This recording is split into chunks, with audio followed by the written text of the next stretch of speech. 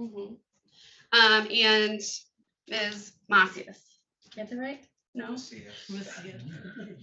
I'm writing, I'm like phonetically writing that out right now. No, it's Okay. used to it. What do you think about that? What would you look for if someone, imagine somebody was up there and they weren't telling the truth, what do you think they would look like? Changes in stories. I'm being wishy-washy, maybe is using a simple term. Just gaps in stories, things not making sense. Mostly holes, gaps, or changes in stories. Okay. And Mr. Solosky, would you add anything to that list, or you think it's good?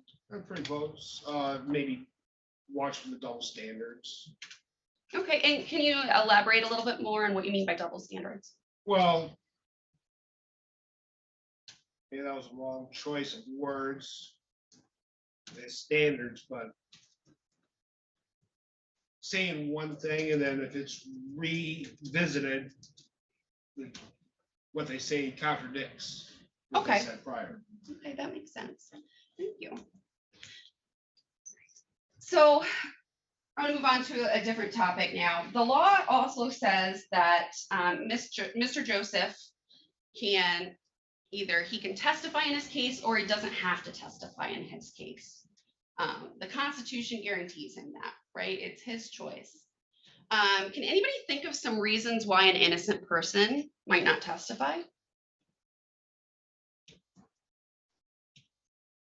Yeah, Mr. Wayne, you're nodding your head. Yes. Okay. I mean, in most cases, like, murder cases sometimes, like a lot of people don't. Okay. But what do you think is a reason maybe why an innocent person may not testify? They don't need a reason. It's kind of, in my opinion, like they're presumed innocent before being found guilty, so I don't need them to say anything. Mr. Torres, what about you? What's a reason why an innocent person may not testify? I think that they would trust in their lawyer just to represent all the facts to just prove like their Okay. innocence. Mr. Oakes, can you think of anything? I'm picking on you because you're an attorney. Oh, you're not an attorney? Oh, I'm sorry. You're in IT. Well, that means you're smarter than I am. Because, clearly, I'm an attorney and I can't get that right. So I believe that the defendant wouldn't testify because it's not his job. It's the prosecutor's job to prove that he did it, not the defendant's job to prove he's innocent. okay. Yeah, and those are all really great reasons. Anybody know what the #1 fear in America is? Public speaking. It's public speaking. Ding ding.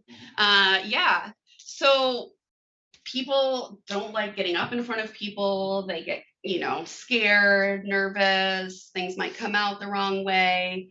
An innocent person may not testify because they're nervous. Can everybody agree with that? Okay. Good.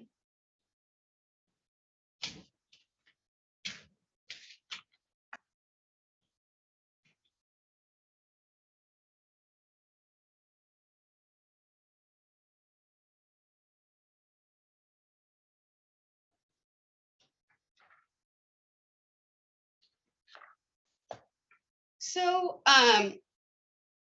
the standard of law in this case is called beyond a reasonable doubt. So the state has to prove beyond a reasonable doubt their case, correct? So that's the highest standard that anybody has in all of legal cases. In civil cases, it's just like preponderance of the evidence, that sort of thing, where it's like 50%, maybe a little bit more than 50%. But here we're at beyond a reasonable doubt, beyond and to the exclusion of a reasonable doubt. Does anybody have a problem with that standard? Anybody think it's too high? Mr. Torres? No, you don't think it's too high? Okay. What do you think of it being that way?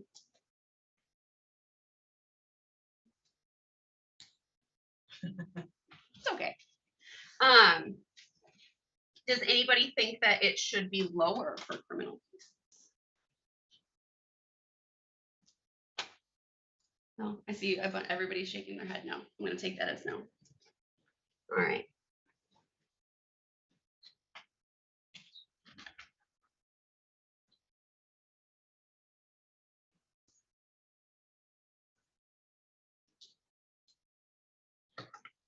Well, I'm gonna stop picking on you all now. Okay, but I will have one more thing.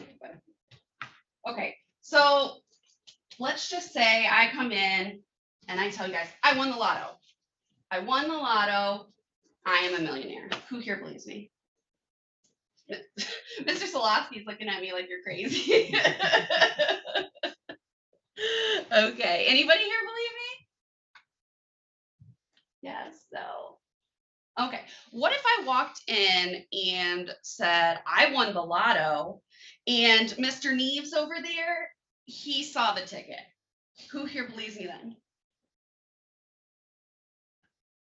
No. Miss Cinecrope, what do you need to see to believe me? The ticket. You want to see the ticket, right? Yeah. Miss Hart, what would you need? The ticket as well. Ticket. And Ms. Macias? Yeah. Okay. Yeah. What would you need? To see the proof of it. Right. You want to. The proof is in the pudding, right? You want to see the ticket. All right. I'll leave you guys with that. I'm done picking on you. If you are selected to be a part of this jury, I just ask that you be open to listening to all sides of the story, so that we can have the fair possible trial. Thank you. Challenges for cause from the people. No challenges for cause, Your Honor. Challenges for cause from the defense. None at this time. Preemptory challenges from the people. At this time, I think people would thank and excuse juror number 6. All right, juror number 6, you've been excused.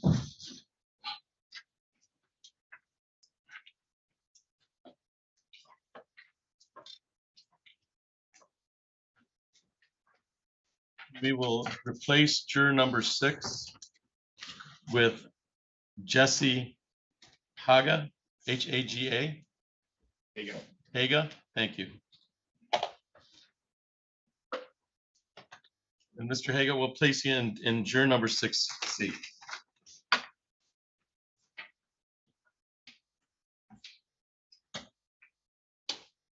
Questions for juror number 6, Mr. Brodowitz?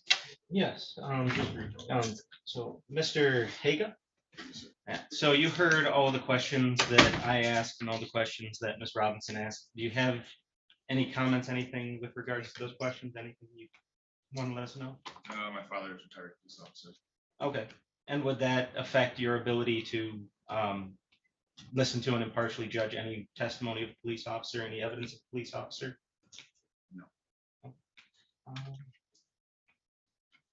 And then just briefly for the group, a couple of things. So Ms. Robinson made a point of noting that the standard in this case is beyond a reasonable doubt. And I'm just curious what that means to all of you. So Mr. Torres, what is beyond a reasonable doubt to you?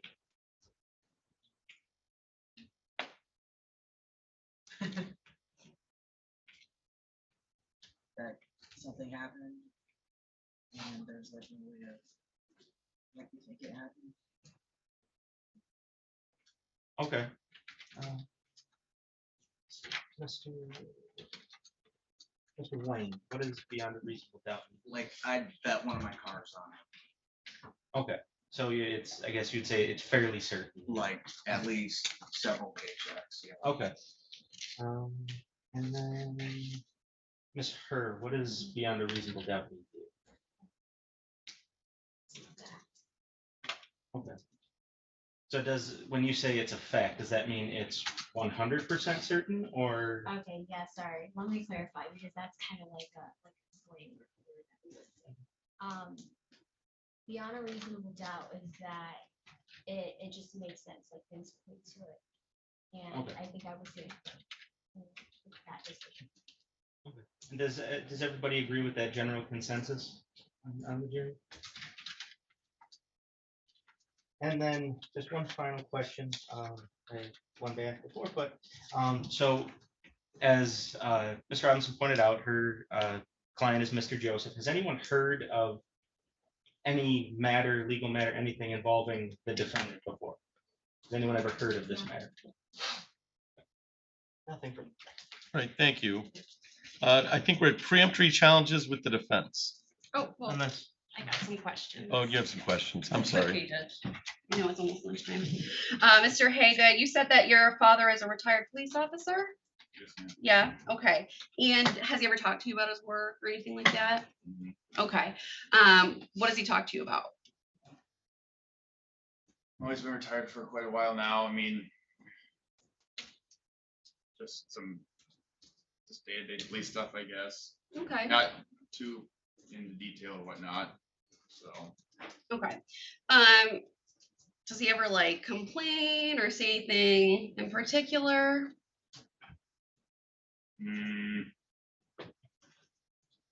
well, he is retired, so yeah. I mean, obviously, there's things that he complains about that he sees that has changed in police work since then. So Okay. And knowing that and hearing all of those things, do you think that like is going to affect your ability here to be fair and impartial? no, not in that. Okay, but let's say there's a police officer that's up there testifying.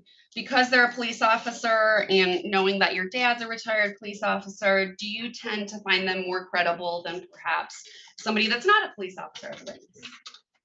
Probably. Okay, probably. Thank you.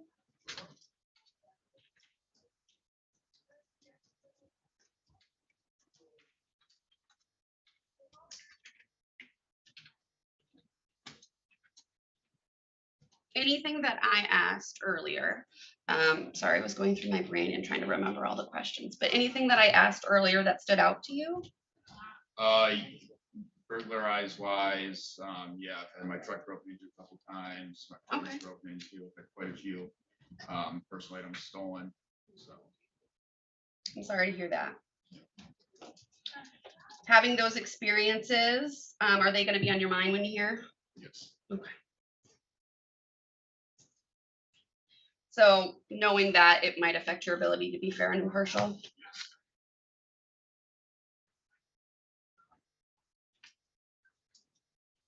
Nothing further, Your Honor. Thank you. I think we're at challenges for preempt from the defense. Your Honor, can we approach? You may.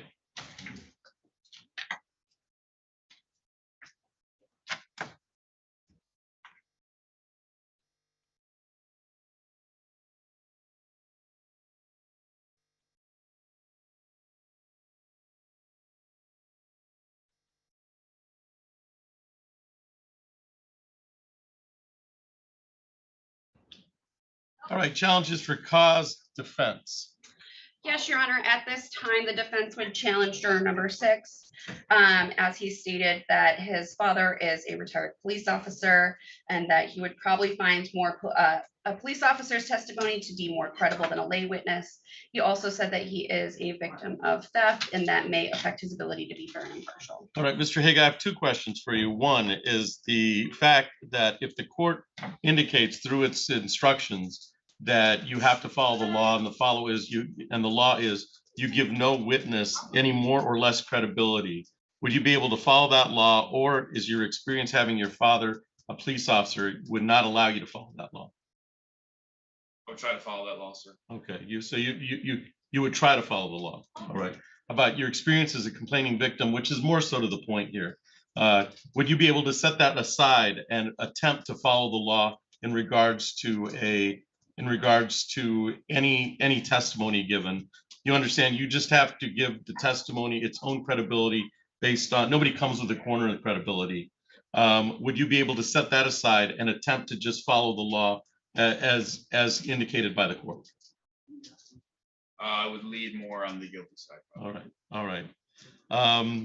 So, Mr. Rodowitz, your response to challenge for cause? No objection to the challenge. All right, so challenge for cause as to juror number 6, which appears to be the hot seat at this point. So, Mr. Haga, we thank and excuse you, okay?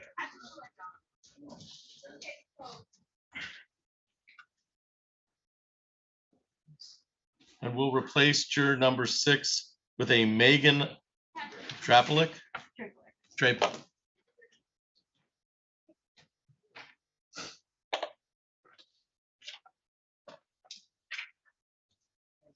All right, Miss Draplik, you heard all the questions that were asked of the jury? All right. And do you have any responses in regards to any of the questions that have already been asked? No, not in particular. All right, Mr. Brodowitz, any questions? Just briefly, Your Honor. So, Ms. Dricklick, what does beyond a reasonable doubt mean to you? That in light of the evidence presented, all of it leads to a logical and consistent conclusion. And then do you have anyone in your family that's a police officer? You related to anybody who's a police officer? Not except very distantly. Okay. And have you ever been the victim of any sort of theft crime? No. No questions there. Any questions, Ms. Robinson? Yes, briefly.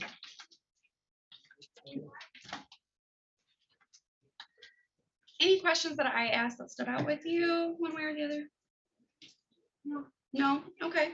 And you said your definition of beyond a reasonable doubt, it leads to a logical and consistent conclusion. Can you elaborate on that a little bit?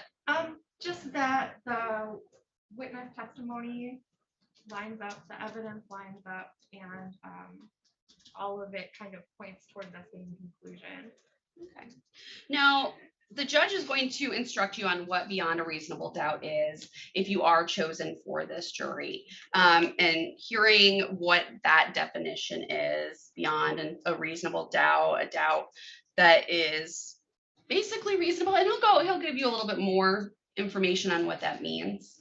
Will you be able to follow that law? Yes.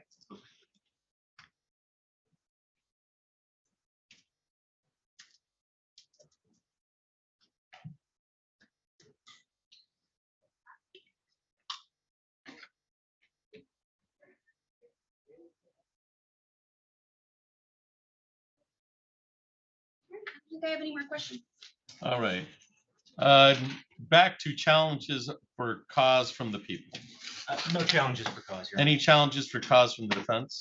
Not at this time. All right. Preemptory challenges with the people. People are satisfied with this jury, Your Honor. Preemptory challenges from the defense. Yes, Your Honor. The defense would like to thank and excuse juror number 4. Okay, so Ms. Macias.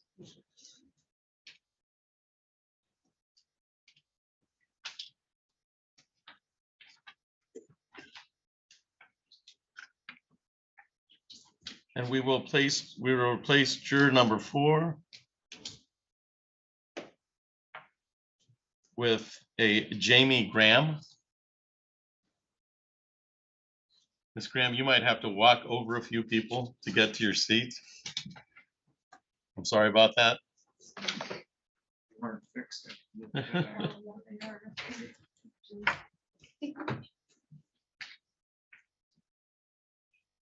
All right, Ms. Graham, you were able to hear all of the questions asked of the jury panel? Yes. Do you have any response to any of those questions? No. All right. Mr. Brodowitz, any questions? Just briefly, Your Honor, so Ms. Graham, you've heard the question. What would beyond a reasonable doubt mean to you? All the evidence shows proof of. Okay. And if the directions the judge gave you were different than that, would you have any problem following? No.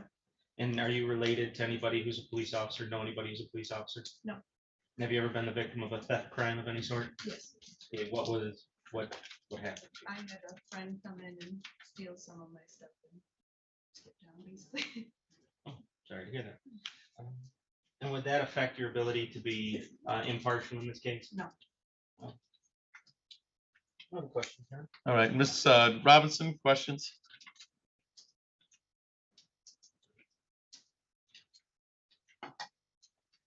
Ms. Graham, you said that you have been a victim of theft before, correct? Okay.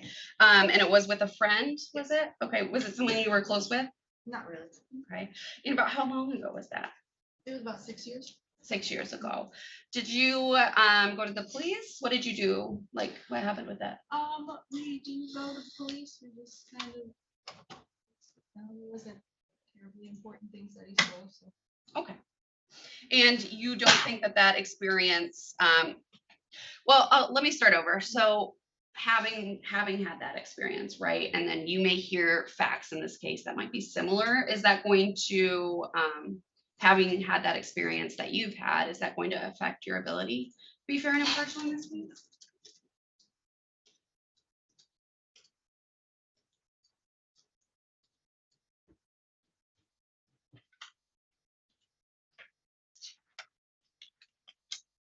And I wanted to go back to Ms. Sinacropi real quick, because I realized that I forgot to ask you this. But so you stated that your ex-boyfriend's father is perhaps going to be a witness in this case, correct? I mean, I'm not trying to pry into your personal life, but are you on good terms with your ex? Okay, so there's nothing in that relationship that's going to affect your ability. Okay, so knowing that and knowing, have you met him prior to today many times? Yes. Okay. Are you going to believe that he's going to be more credible as a witness because you've had that experience in that relationship? Maybe, just because I know him personally. Okay. So even though the judge is he's going to say that, you have to be fair and impartial in this case, and he's going to instruct that you're going to determine the credibility of witnesses based only on the evidence that's presented by them, meaning, the answers to the questions that they give. Knowing that and knowing that he's saying that and that's the law, still in the back of your mind, are you saying that, yeah, I might have some doubts, I might find him more credible just because I know him? I think I could decide. You think you could decide, or Look, I think I could set, like, knowing him. okay, you think you could set it aside?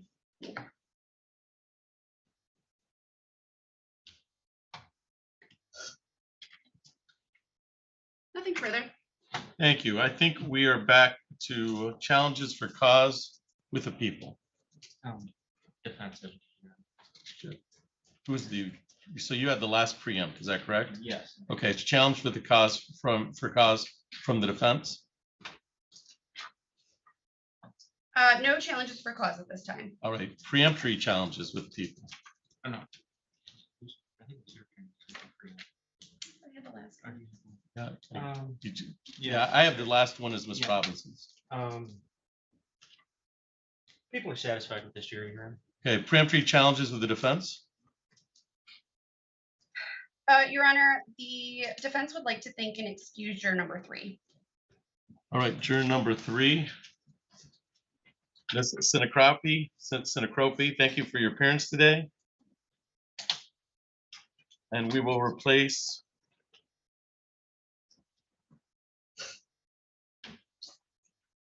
juror number 3 with Bertha Chester.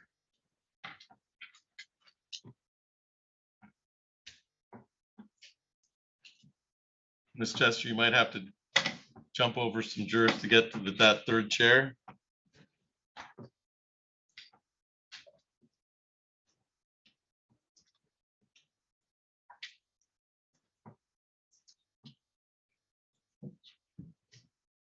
Ms. Chester, you heard the questions that were asked by counsel concerning some of the questions that were previously asked. Yes. Okay. Do you have any statements or any answers to those that maybe either party should know about? I had bad experiences with police. Okay. And would those experience indicate to you that the court is going to ask you to follow the law, that whether police officers testify or anybody testifies, nobody comes to court with a corner for the truth? So could you put those experiences to the side and just listen to the testimony and see if it's corroborated by other evidence? It might be hard. All right. Mr. Brodowitz, you may proceed with questioning. Okay. Ms. Chester, you said you've had some bad experiences with police. Can you elaborate on those a little bit? Well, several years ago, we had a neighbor who decided to vandalize our home. And we called the police to complain about it. And the police basically told us that because my mother and I were black and female, that we had no right to complain against a white neighbor for vandalizing her home. Sorry to hear that. And so you, like you said, you told Judge Flores, you think that would, that might impact your ability to be impartial on the testimony of the police officer? Yes. Um, And then just really quickly here, it says you listed your occupation as analyst. Can you tell us a little bit more about what specifically you do? I prepare surveys, I do some IT work, and other miscellaneous things. Okay.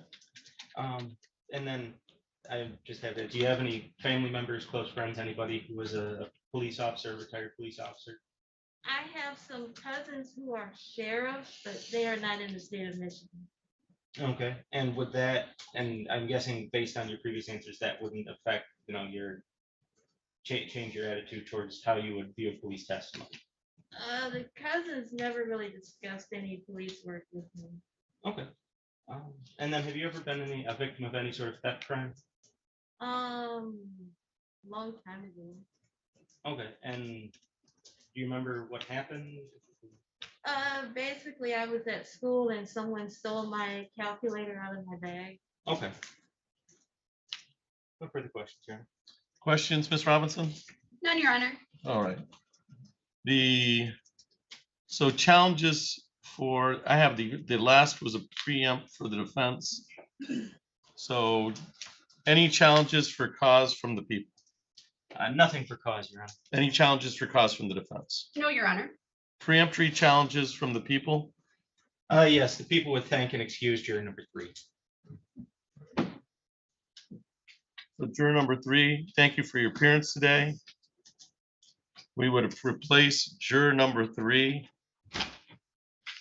with a Jeffrey Olney.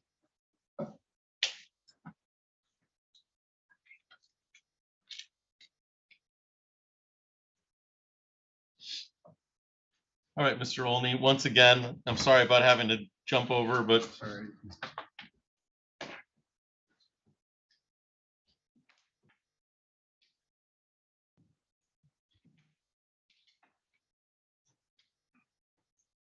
right, Mr.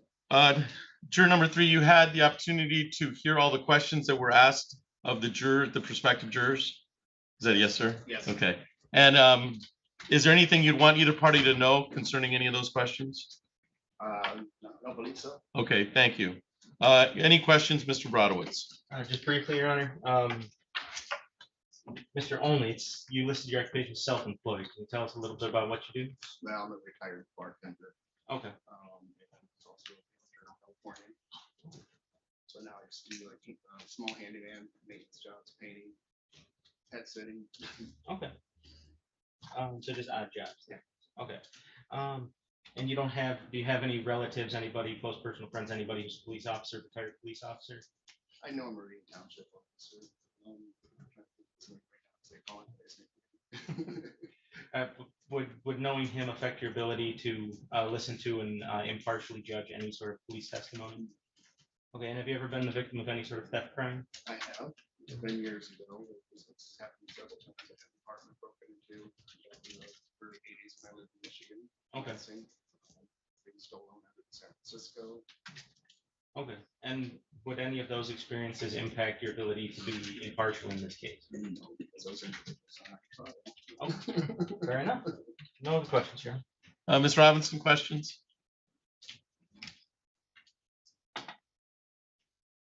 Mr. Olney, did anything that I asked stick out with you?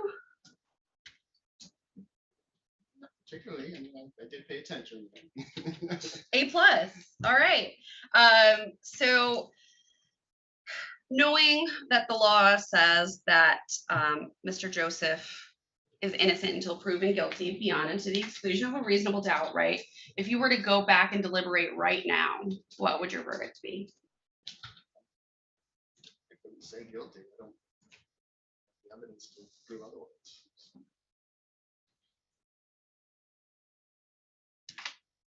I have no further questions. Thank you. I think we are with, well, let's go back to challenges for cause from the people. Nothing for cause, Your Honor. Challenges for the cause defense? No, Your Honor, thank you. Preemptory challenges with the people?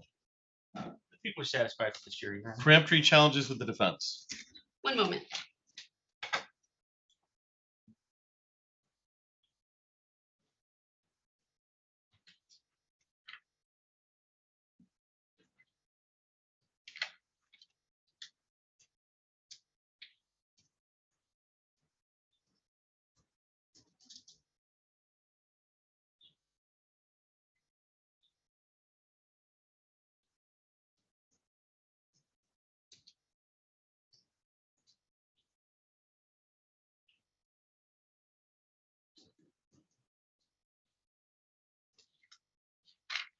Defense is satisfied, Your Honor. All right. You are our panel today, okay? So the remaining jurors, remaining panel, thank you for your appearance today. Your time is complete. I would send you over to Miss Nealing, who will take care of any paperwork you have. We will continue with jury instructions and then, and rightfully so, give you a break and have you catch some lunch, okay? And maybe get you paid in the interim while we're done here. I would have Miss Nealing go with this group or take care of that group. And we'll read you a second set of instructions before we break, okay?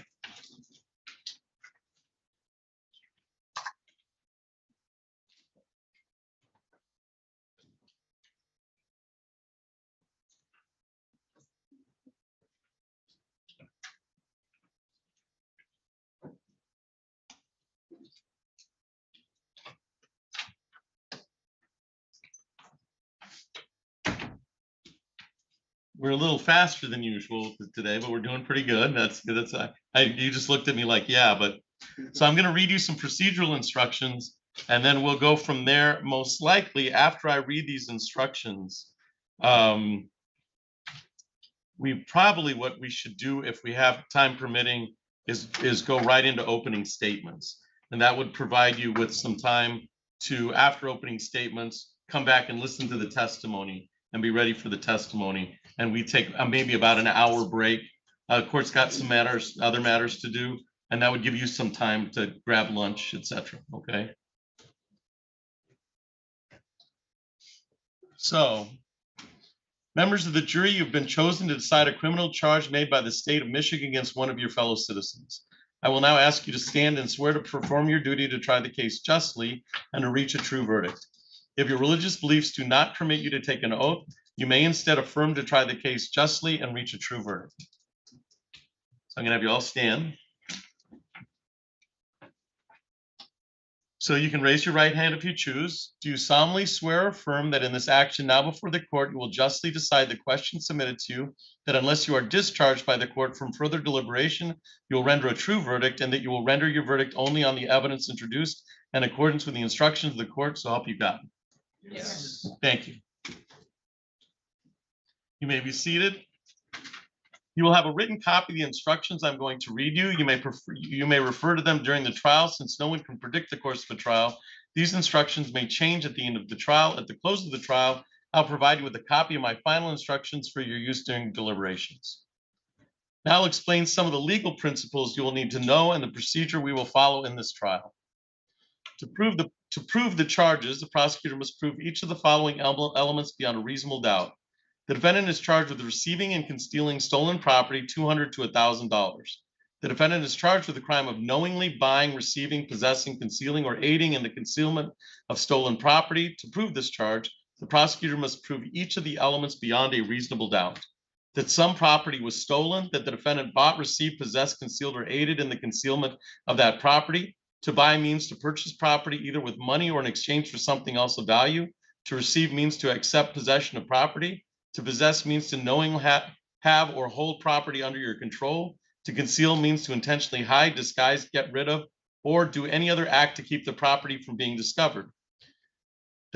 So that's 2. 3 is that the defendant knew or had reason to know or reason to believe that the property was stolen when he bought, received, possessed, concealed, or aided in the concealment of it.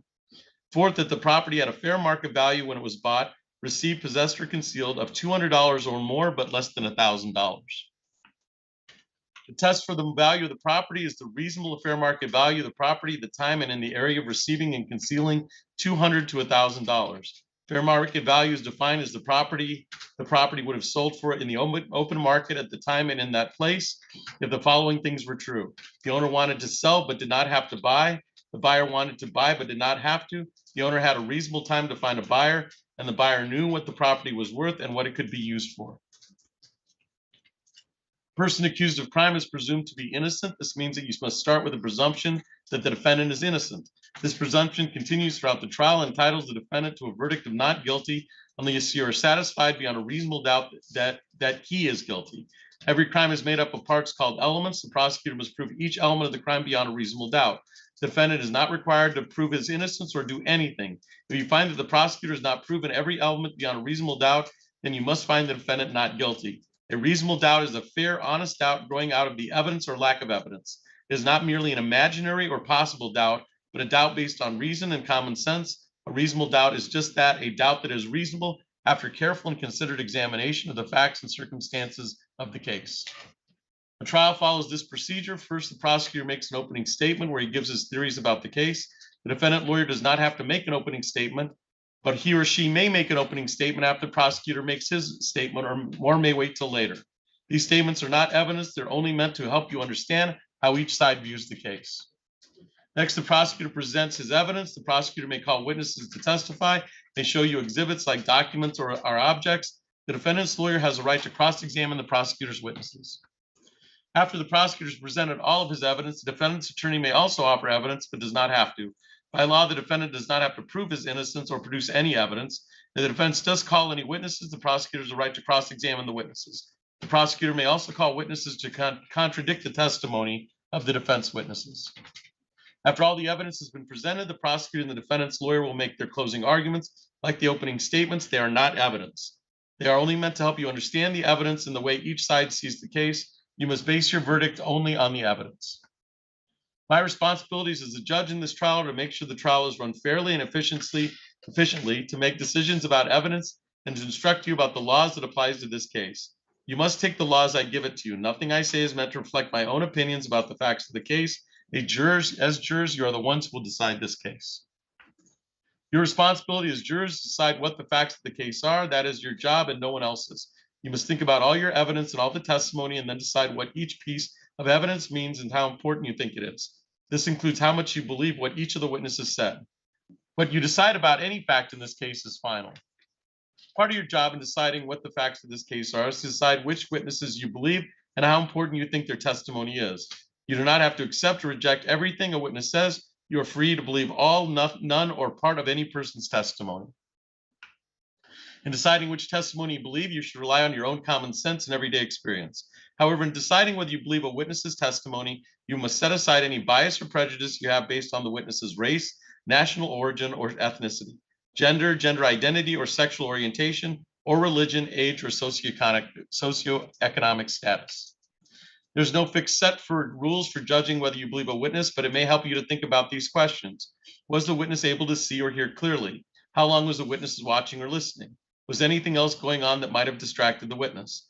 Does the witness seem to have a good memory? How does the witness look and act while testifying? Does the witness seem to be making an honest effort to tell the truth, or does the witness seem to evade the questions or argue with the lawyers? Does the witness's age or maturity affect how you judge his or her testimony? Does the witness have any bias or prejudice or any personal interest in how this case is decided? Have there been any promises, threats, suggestions, or other influences that affect how the witness testifies? In general, does the witness have any special reason to tell the truth or any special reason to lie? All in all, how reasonable does a witness's testimony seem when you think about all the other evidence in the case? When it's time for you to decide the case, you're only allowed to consider the evidence that was admitted in the case. Evidence includes only sworn testimony of witnesses, the exhibits admitted in evidence, and anything else I tell you to consider as evidence. The questions the lawyers ask the witnesses are not evidence, only the answers are evidence. You should not think that something is true just because one of the lawyers asks questions that assume or suggest that it is. I may ask some of the witnesses questions myself. These questions are not meant to reflect my opinion about the evidence. If I ask questions, my only reason would be to ask about things that have not been fully explored. During the trials, you may think of an important question that would help you understand the facts in this case. You are allowed to ask such questions. You should wait to ask questions until after a witness is finished testifying and both sides have finished their questions. If you still have an important question after this, do not ask it yourself. Raise your hand, write the question down, and pass it to court staff who will give it to me. Do not show your question to the other jurors. If your question is not asked, it is because I determined under the law that the question should not be asked. Do not speculate about why the question was not asked. In other words, you should draw no conclusions or inferences about the facts of the case, nor should you speculate about what the answer might have been. Also, in considering the evidence, you should not give greater weight to testimony merely because it was given in answer to questions submitted by members of the jury. If you cannot hear something that is said or presented, or if you cannot see a witness or evidence, please raise your hand immediately. During the trial, the lawyers may object to certain questions or statements made by other lawyers or witnesses. I will rule on these objections according to the law. My rulings for or against one side or the other are not meant to reflect my opinions about the facts of the case. Sometimes the lawyers and I will have discussions out of your hearing. Also, while you are in the jury room, I may have to take care of other matters that have nothing to do with this case. Pay no attention to these interruptions. You must not disclose the case with anyone, including your family or friends. You must not even discuss it with the other jurors until the time comes for you to decide the case. When it's time for you to decide the case, I will send you to the jury room for that purpose. Then you should discuss the case among yourselves, but only in the jury room and only when all the jurors are there. You must not talk to the defendant, the lawyers, the witnesses, or anyone else who may be connected to this case. This means you may not speak to these individuals, even if it has nothing to do with the case. You should be very cautious about speaking to people because you may inadvertently speak to someone connected to this case. This restriction is necessary to avoid even the appearance of an improper conduct on any person's part. If anyone tries to discuss the case with you or in your presence, tell them to stop. Explain that you are a juror, you're not allowed to discuss the case. If they continue, leave, report the incident to court staff as soon as you return to the court. When the trial is over, these restrictions no longer apply. When the trial is over, you may, if you wish, discuss the case with anyone. The restrictions I'm about to describe are meant to ensure that the parties get a fair trial. In our judicial system, it is crucial that jurors are not influenced by anyone or anything outside the courtroom. Under the law, the evidence you consider must meet certain standards. For example, witnesses must swear to tell the truth, and the lawyers must be able to cross-examine them. Because information obtained outside the courtroom does not have these safeguards, it could give you the incorrect or misleading information that might unfairly favor one side. These restrictions start now and continue until I discharge you from jury service. It is your duty to decide this case based solely on the evidence you see and adjourn here in the courtroom. You must not consider information that comes from anywhere else. This means that you deliver your verdict, that you must not read, watch, listen, or receive any information, including opinions or commentary about the case, whether in newspaper or television, the radio, the internet, or on social media platforms. You must also not research any aspect of the case during the trial. This means research using a cellular phone, computer, or other electronic device to search like dictionaries, reference manuals, newspapers, or magazines. You must not investigate the case on your own or conduct any experiments concerning the case, including investigation or experiments using the internet, cellular phone, computers, or other electronic devices. You must not visit the scene or any event at issue in the trial. It is necessary for you to view or visit the scene. Court staff will take you there as a group under court supervision. You must not consider as evidence any personal knowledge you have of the scene. You must not share any information about the case by any means, including cellular phones or social media. This means that even if you are not discussing the case with someone else, you may not post any information about the case on social media, websites, or in any other manner. If you discover that a juror has violated my instructions, report it to the court staff. You may take notes during the trial if you wish, but of course you don't have to. If you do take notes, you should be careful that it does not distract you from paying attention to all the evidence. When you go to the jury room to decide your verdict, you may use your notes to help you remember what happened in the courtroom. If you take notes, do not let anyone except the jurors see them during deliberations. Your notes will be examined by anyone, and when your jury service concludes, your notes will be collected and destroyed. You can see we have chosen a jury of 7. After you have heard all of the evidence and my instructions, we will draw lots to decide which one of you will dismiss to form a jury of 6. Possible penalties should not influence your decision. If you find the defendant is guilty, it is the duty of the judge to fix the penalty within the limits provided by law. I may give you more instructions during the trial. After all the evidence has been presented, you will hear the lawyer's closing arguments. Following the closing arguments, I'll give you additional instructions about the rules of law that apply to this case. You should consider all my instructions as a connected series. Taken it all together, they are the law you must follow. After my final instructions, you will go to the jury room to decide on your verdict. A verdict must be unanimous. That means that every juror must agree on it, and it must reflect the individual decision of each juror. It is important to keep an open mind and not make a decision about anything in the case until you go to the jury room to decide the case. You must not let bias, prejudice, or public opinion influence your decision. Each of us may have biases or perceptions about other people based on stereotypes.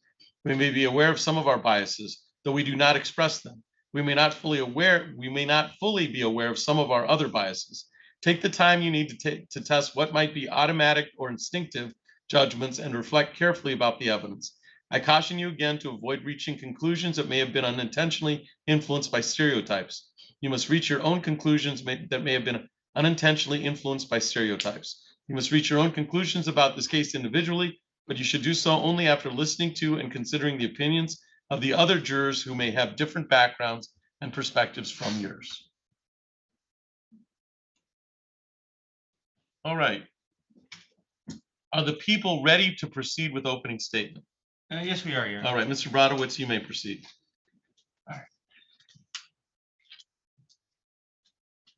Well, at this point, it'd be good afternoon, everyone. Apologies for the long morning, but I appreciate you all getting here and coming in here to serve on this jury. That was, I guess, very responsible of you. And speaking, of responsibilities, I think you'd all agree that we have them in one form or another.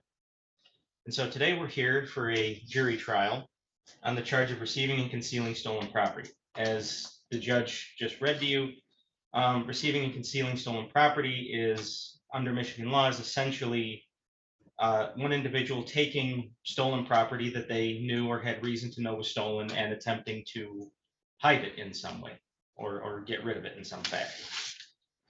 So today, I have a responsibility here, which is to prove that the defendant, Mr. Joshua Joseph, committed an act of receiving and concealing stolen property more than $200, but less than $1,000. You also have a responsibility here today. And that responsibility is to listen to all the evidence that's presented by both myself and the defense, and to be fair and impartial. You have a responsibility for listening to all the directions the judge gives and following them to the letter of the law. So everyone else here in this courtroom also has responsibilities. Judge Flores, Ms. Holden, the court reporter, Mr. Nevis, Ms. Robinson, the witnesses. So, love them or hate them, everybody's got these responsibilities. Mr. Joshua Joseph had a responsibility too, and that responsibility was not to break the law. The people anticipate that the evidence will show that the victim, Mr. Nicholas Caudill, and the defendant, Mr. Joshua Joseph, were roommates who lived together at 5359 Ellis Court in Lansing, Michigan, and that sometime between March 7th, 2022 and March 9th, 2022, while Mr. Caudill was away from the residence, personal items of Mr. Caudill's were removed from his bedroom inside that residence. Mr. Caudill, we anticipate the evidence will show that Mr. Caudill never gave anyone permission to remove those items from the residence. We anticipate the evidence will also show that on April 3rd, 2022, the defendant, Mr. Joshua Joseph, sold those items belonging to Mr. Caudill at Dicker and Deal here in Lansing, located at 2408 South Cedar Street. We also anticipate the evidence will show that the defendant knew or had reason to know or reason to believe that those items that he was selling were stolen from Mr. Caudill, and that the fair market value of those items sold was more than $200, but less than $1,000. The evidence, ladies and gentlemen, is going to prove that the defendant did in fact intend to conceal those items, which he knew or had reason to know were stolen from the victim, which means that he committed the crime of receiving and concealing stolen property. So I've talked a little bit here about how everyone has to, take and accept their responsibilities. And I'd ask you to require that the same of the defendant. I'd ask you to make him responsible for his actions and return a verdict of guilty. Thank you. Opening statement, defense.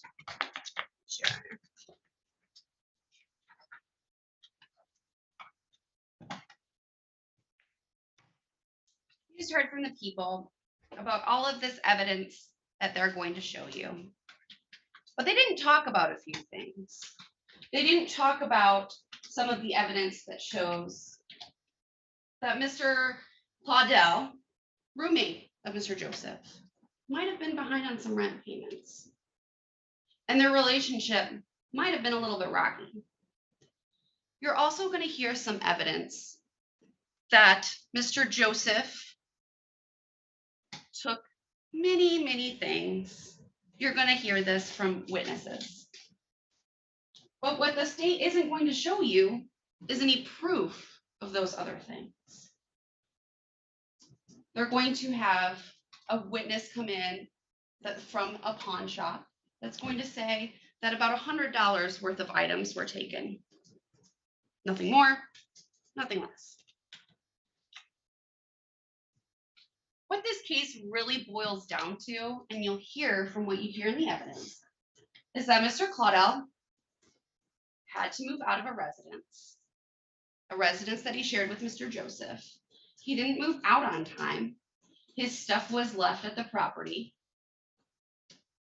And it was there, it was left, it was abandoned. You're going to hear that as evidence. There's a lot of things that go into stealing and receiving stolen property. A lot of things that you're going to take into consideration. But you're not going to hear any evidence that would show that Mr. Joseph had a malicious intent or that he did these things knowing that it was going to harm Mr. Claudel. Those are things that you're not going to hear. And so while the state wants you to pay attention to those few things that they mentioned, I'm going to ask that you guys actually look at things that maybe aren't being said, things that could have been said but aren't being said. What maybe is there behind the scenes that should have been there and is not? Those are all really important things that I want you to consider throughout this trial, because this trial is a lot more than what it seems. It's a lot more than what the state's story is. And so I just ask that you keep an open mind. You listen to all the evidence, think critically about what that evidence is, and that what could be there, what should be there. And I think after hearing everything, you'll ultimately come up with a verdict of not guilty. Thank you. All right, the jury's heard opening statements. I think this is a good time to break, okay? It's 12:30, you've been here all morning, and so I think 1:30, 1:45. Yeah. So we'll break for lunch for you. And I'd have you come back at 1:45 and report to that room over there. There's a room at the end of the hall that's a jury room. If you have any questions, ask Mr. Neves. He'll be the court officer. But we'll adjourn till 1:45. You'll be on your own for lunch. I don't know what we're doing about it. Yeah, we'll wait because we've had this happen before. It closes at 4, and I want to get you paid before 4. Okay, it's important that you get paid before 4. But you're free to leave now. You're adjourned till 1:45. Okay, and then come back to that jury room. All right. All right. Thank you. All rise for the jury. They go up. Make sure you take whatever you need on this nice April snowy day. Yeah.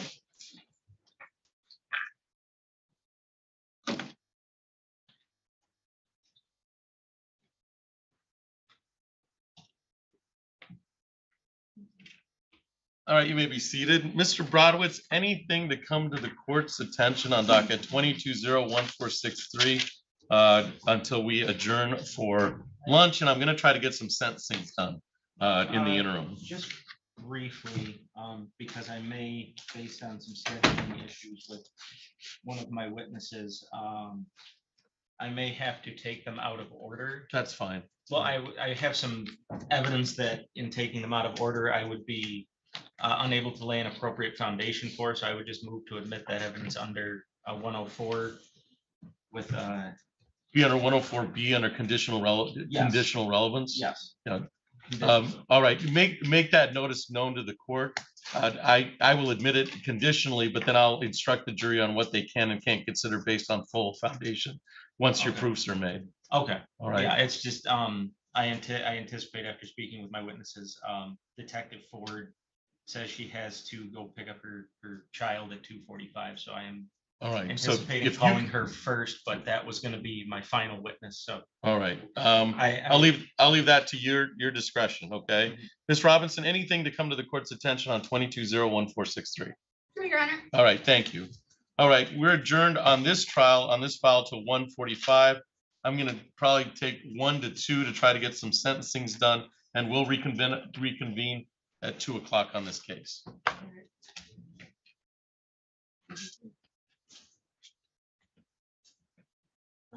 2 o'clock, Mr. Stevens. I'm gonna put this, turn this over.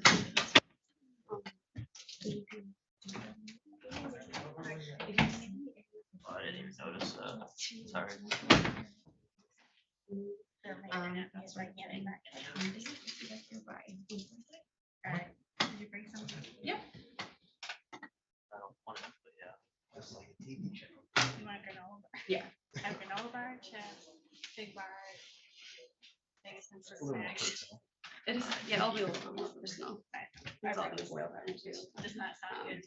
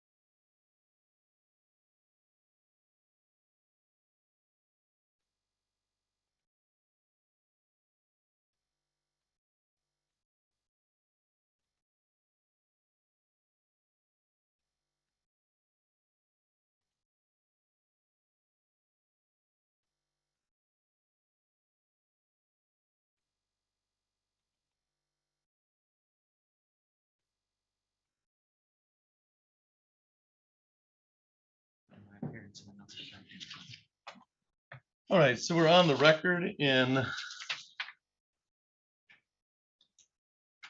Find the case. Docket 22-03553. That is People State of Michigan versus Gino Rashad Hall.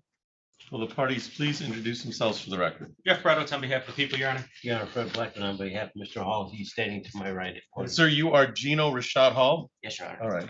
This is the time set for a sentencing in the matter. Mr. Bradwitz, I don't have any restitution on this case. Is that correct? That's correct, Your Honor. All right. You've had the opportunity to see the pre-sentence report and go over it with your client, Mr. Blackman. I have, Your Honor. Any additions, deletions, or corrections? None, Your Honor, thank you. Thank you. Allocution. Judge, when I first met Mr. Hall came to my office, he's gone through every program. I mean, this is I think a 2020 case. And now we're here on that. They issued, well, anyway, regardless of that, Judge, he's gone through everything he needed to do to get himself right. He's been sober. He has provided me, which he provided the probation department, all that he's done, and he's on the right track. He's here with his wife today. He has a tree business. Things are going well. What he's given up when he told the probation office is, you know, a deferral to take off his record for 7411. And when I saw the pre-sentence report, I talked to my client. I said, why in the world did you say I'd rather do jail than probation? What I'm asking is if the court would consider fines and costs today. I think he's done everything probation would allow him to do. The negative is he's giving up a deferral. But I think the court can be satisfied with what he's done, that he's would do everything a court would have put him on probation for. So I'm asking the court to take that into consideration. Thank you. Thank you. Mr. Hall, is there anything you want to say to the court before the court passes sentence? I just wanted to say that at the time of the arrest, I was homeless, I was unemployed, I was under addiction and my life was unmanageable. And today I am 2.5 years sober. I have gotten my life together. I have a career now. I started my own business. I'm with my wife, my children daily. There's no CPS involvement any longer. And I've completely changed my life in that time being. I just lost my father a month ago. And as soon as I found out that I had a warrant, I turned myself in. So I just wanted to make sure that, you know, this got behind me because it doesn't align with how I'm living now. I've gotten sober. I'm going to have sobriety, and you'll never see me in your courtroom for drugs again. And I can promise you that, Your Honor. All right. Well, the pre-sentence reports kind of speaks for you experiencing everything under the sun that probation can provide you. I think Mr. Blackman put that well. They don't want you on probation, as they've indicated. I mean, I don't know any other way to put it. They don't want you on probation. The upshot is that they're recommending 30 days in jail. Okay, and that's you know that is for the 2 1-year pleas that have indicated. It sounds like that over the past 2 years you've done what you need to do. Okay, and that that seems like the right process. So you create a problem for the court on some level. You create a problem because you've done what you're supposed to do, but they're recommending 30 days. And the fines and costs to me are somewhat irrelevant on some level. I want to get this behind you. And I think you want to get this behind you. You know, I think that's the key here, is to get this behind you. But I do believe that you deserve a break on some of this because you've been able to do what you need to do in the last few weeks, and for 2.5 years. You obviously don't get the 7411 status just because the record's too much. I'm gonna waive fines and costs. I am gonna adopt some of the jail time recommendation, okay? I'm gonna do it today, mostly because we've just run out of options. I mean, we just don't, there's just no options available to us anymore. You've done everything you can, but I think that the 30 days is probably at this time period. I'm better off thinking that this would be in with no fines and costs and just calling it and placing you in jail for a certain amount of time, okay? I think that time period, you have credit for 1 day served, okay?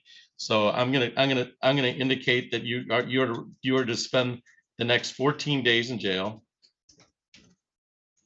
Okay, that's down from the 30 they're recommended, okay? I'm giving you that because your last 2.5 years have been spent trying to rebuild something. I don't want to take that from you, okay? So 40 days beginning today with 1 day previously served, that's 13 days in jail, okay? That's starting today. I'm gonna waive fines and costs in the matter. I have a crime victims' rights fee of $75, a state minimum course cost of $125, and a state minimum cost of $50 on the second, for a grand total of $175. And so that's sentence C, judgment of sentence. Judge, would the court consider, because he's working full-time weekends for him? For the 14 days? I don't want to lose my job. I don't want you to lose your job either, okay? I'll do weekends, okay? I'll do weekends. We appreciate that. Thank you, Judge. Your Honor. So the weekend would start, so the remaining 13 days would be scheduled from Friday. I think weekend starts Friday at 5, doesn't it? Yes, Your Honor. Yes, yes, Your Honor. Friday at 5 and it ends Sunday at 5. At 5. And so that's 2, 4, 6, 8, 10, 12. 7. So the last day will be a Saturday, okay? But that's 7 weekends. But that'll keep you doing what you just need to do, all right? And you're doing that already, okay?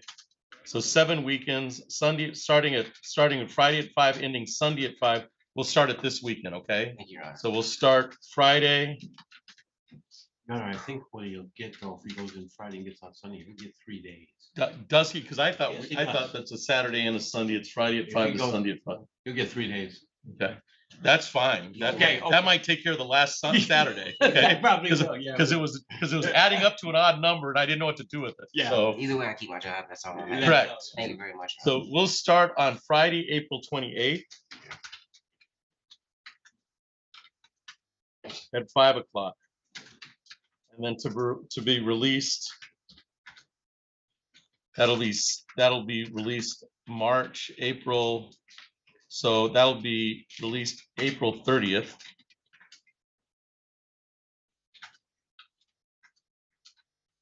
At 5 o'clock. And then I'll just indicate weekends for 13 days. Thank you, Your Honor. Okay, I'll waive fines and costs. And so we have 125 and 150, which is 175. And I'm gonna put that out. So let's just close it. I'll administratively close that file. So the only thing you've got left on administrative, you're closing it, no fines and costs. You put the magic words in the file that I didn't know existed. CMC. So the only thing left is make sure that 13 days are done on weekends and you're all set, okay? Yes, Your Honor. All right. Really appreciate it. Judge. All right. Well, thank you, Mr. Blackman. Mr. Hall, good luck to you, okay? Thank you All very right. much. God Take bless care. you. Thank Okay. you. Cause will a judgment of sentence be out there, so he just. Yeah, I'm gonna sign the actual judgment of sentence right now. It was just redone to be different from that one. Okay. Okay, Thank you, Your Honor. all right.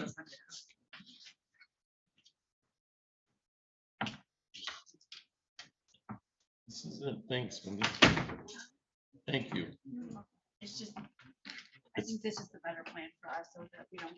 Probably because I changed my mind so much. Well, I'm not saying you changed your mind so much, I'm just saying. Wendy, he's going to jail. No, he's not. Nathaniel, he's not going to jail. I got Nathaniel up and down like a jack in the box, you know? But God, it's hard to argue with some of the logic for a guy who's, I filled out the half sheet and everything. yeah, well. All right. I prefer it that way though. Yeah, I do too. I do too. I prefer the story of a guy doing the right thing for the last 2 years, and I don't think he should be punished for that.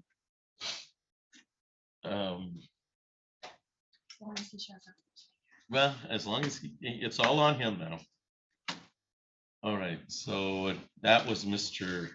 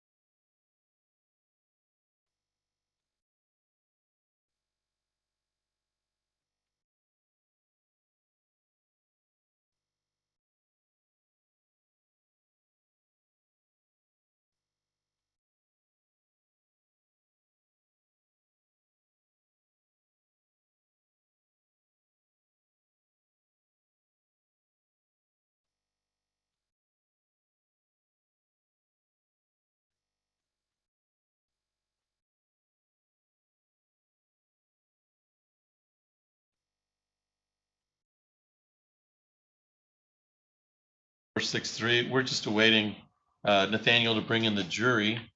Mr. Brodowitz, are any preliminary matters to come to the court's attention before we bring the jury in? Nothing from the people, Your Honor. Ms. Robinson? No, Your Honor, thank you. All right, thank you. All right, we'll go off the record and we'll wait for the jury to be brought back.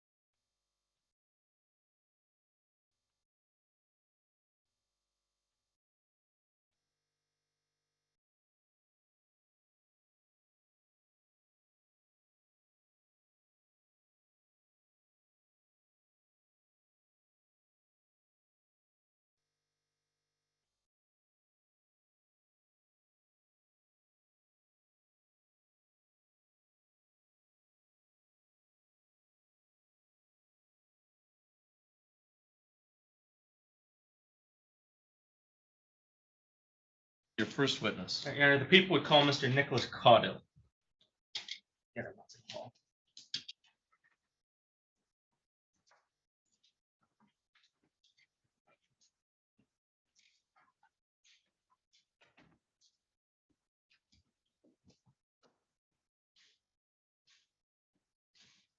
All right, Mr. Cottle, I'll have you approach right here in front of me.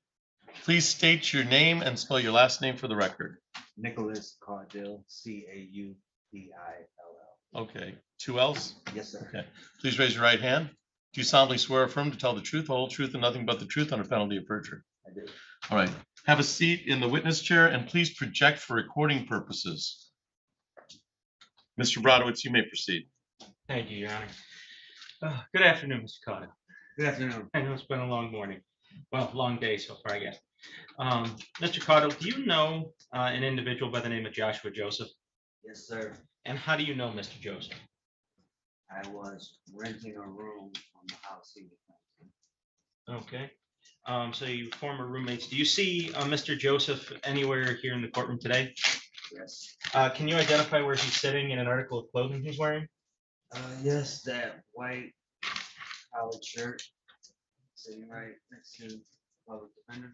Your Honor, people would move for identification of the defendant. Motion that the witness has admitted, has identified the defendant. Any objection? No objection, Your Honor. Without objection, the witness has identified the defendant. So what type of, so you stated you were renting a room from a place he was renting. What type of residence, I guess, were you sharing with Mr. Joseph? It was a duplex.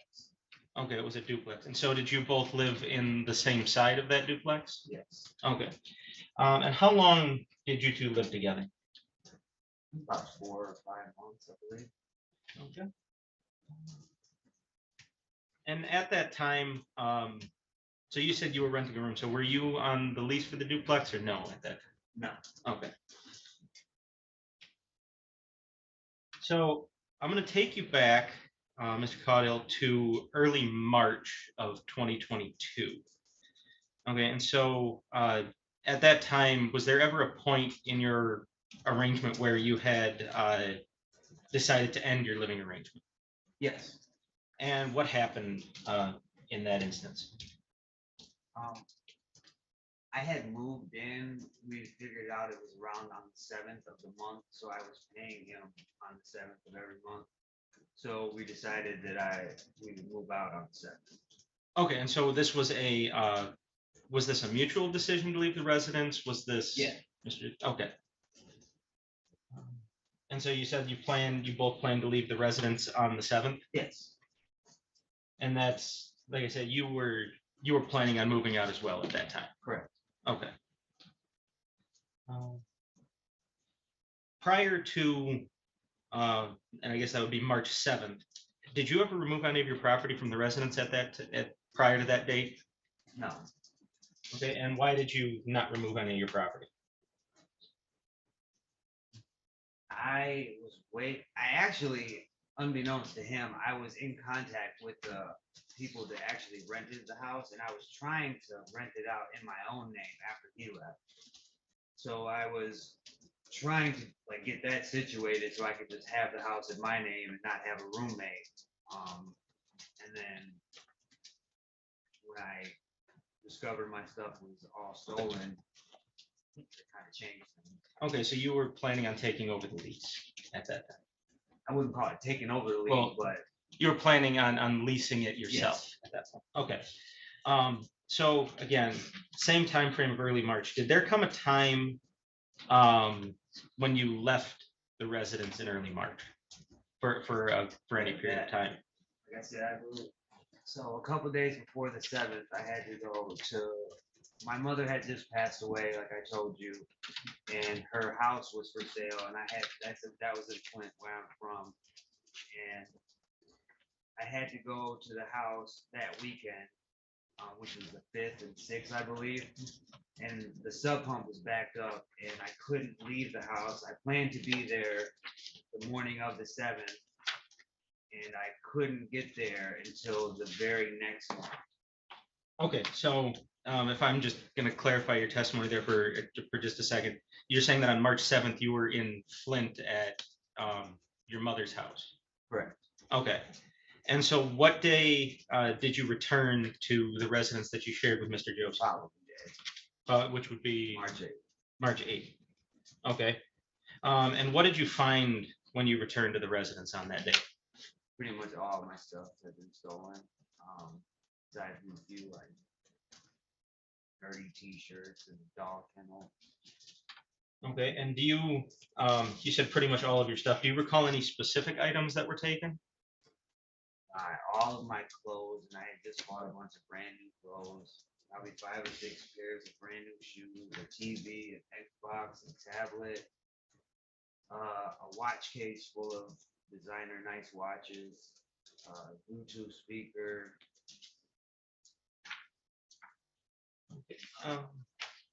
There's other things too. So you said a tablet was taken. What type of tablet? Microsoft Surface. Okay. And you said you had just recently purchased that?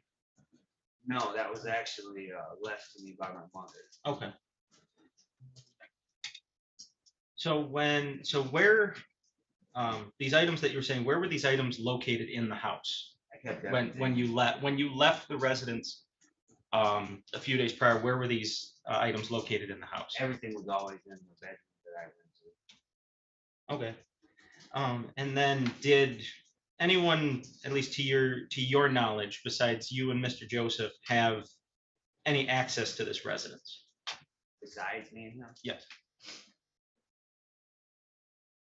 I don't know if his girlfriend or kid's mom had a key, but aside from that, me and him.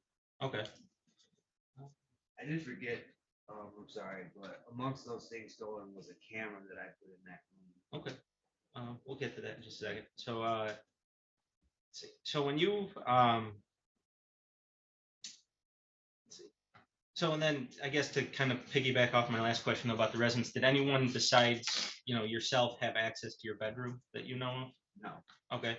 And when you returned to the residence after being away, did you see any signs that would make you suspect that somebody had broken into the residence? Did you see any, Well, no. Okay. Did you, prior to you leaving the residence for those few days, did you ever give anyone permission to remove any of your stuff from the residence? No. Okay. And so now you mentioned briefly there that you had a camera in your bedroom. Yeah. And where was that camera located? When you walk in from the door, it was in the corner, like that corner. If the door was right here, it'd be right up in that corner. Okay, so it would be safe to say that anybody who walked into the bedroom. could see- Objection leading? Response? I can rephrase, Your Honor. Okay, with the rephrase, the objection is sustained. Actually, I could just move on. So you had the camera in your bedroom. What happened to that camera? I was checking it religiously because I had a bad feeling that something like this would happen, and that's the reason I bought the camera. I didn't have a recording because I just bought it, but I had the live feed and it alerted me on any motion. So I would always check it. I checked it that night, every night up until every time I saw a motion, I checked it, and I checked it the night of the 7th when I couldn't return. But then the morning that I was going to head back there, I woke up and I checked my phone and the camera was disconnected. And I had a bad feeling and I went back there and everything was gone. Okay. And so I guess this camera you explained sort of, was this camera hidden or was it open and obvious? It was open and obvious. Okay.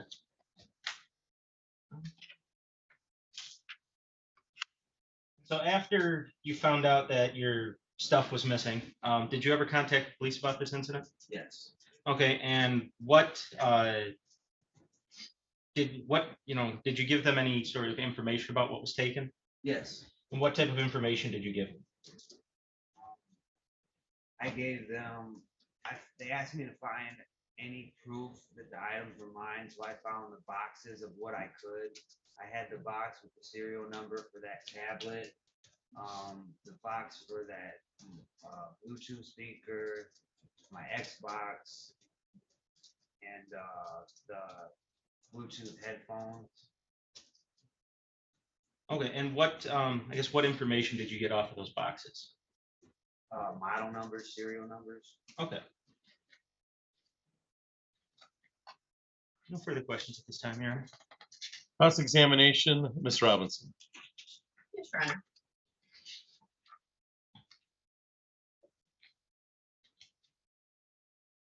All right, Mr. Caudell. So how long have you known Mr. Joseph for? I met him through an ad he posted on Facebook to rent out the room. And that was back in November of 2022, correct?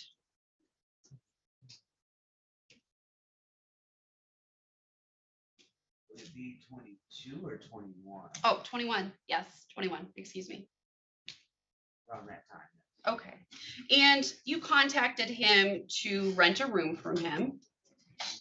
And there was no like lease agreement or anything. It was just paying him month to month. Yes. Okay.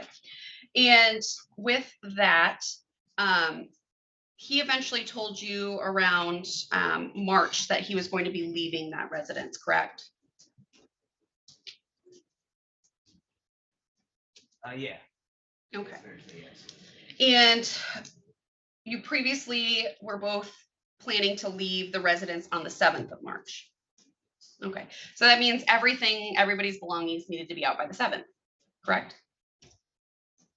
I mean, like I said, he didn't know, but I was talking to the company that he was renting from. So I actually never intended to move my stuff out. I was trying to work that out with them. Sure. But you said you never told Mr. Joseph that, correct? Correct. And you were talking to the duplex company, but nothing was worked out yet at that time? No, correct. And as far as the lease goes, you previously stated that you weren't on the lease, correct? Correct.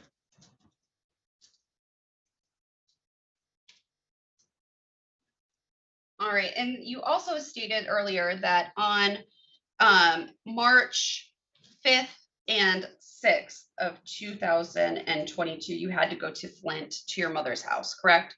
Yes. And then you returned shortly after that, 2 to 3 days after that? Correct. And prior to that, prior to going up to your mom's house, you had an agreement that you were going to drop off your key at the house on the 6th, correct? I don't know if it was the 6th or the 7th, we just, Okay, but around that time when it was supposed to be moved out, you were dropping off your key at that location, correct? yeah, I think that was. Okay, and you told Mr. Joseph that you were going to drop off your key at that time.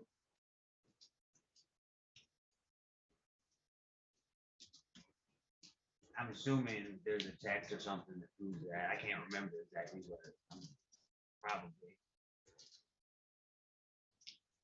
So you, during the 5th and the 6th, you went up to your mom's house. 2 to 3 days go by. Did you ever contact Mr. Joseph during that time? No, I just kept checking the camera and he didn't say anything to me, so I saw my stuff was there, so I didn't worry about it.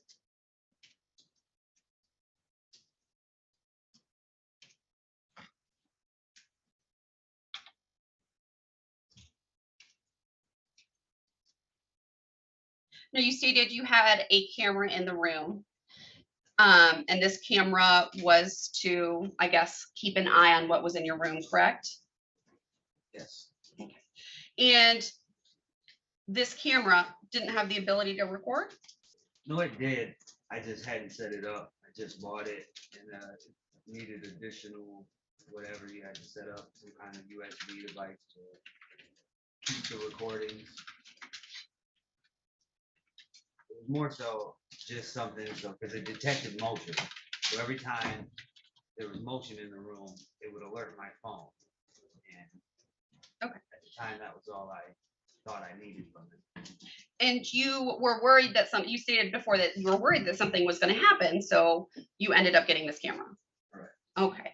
And this camera had the ability to record, correct? Yes. But you didn't set that up. Correct. Even though you were worried about what would happen to your stuff. Correct.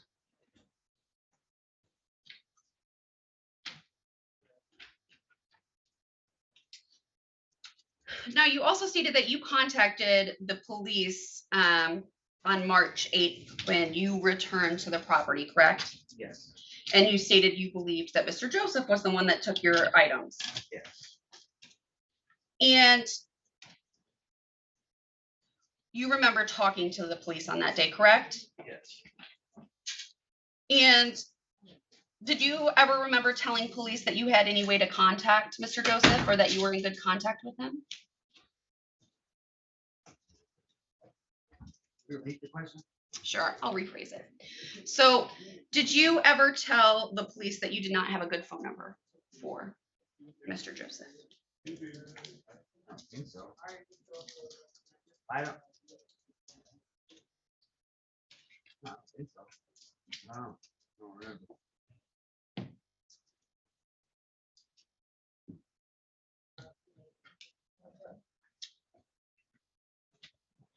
I believe I gave him a number. Phone number one.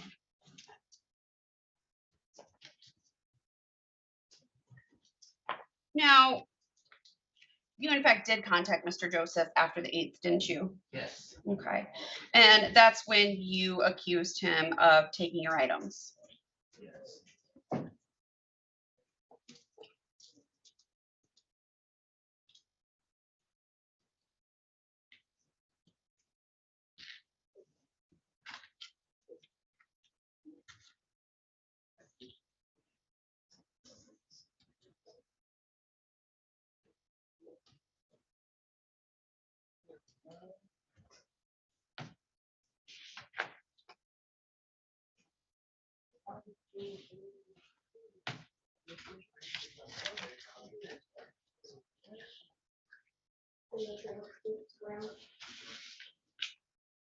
During the month of March, when you were at the apartment, had Mr. Joseph already moved out? What exactly like that? So was he residing at the residence at that duplex with you at the time in March? Yeah. Okay, so he was still there at that time. Yes.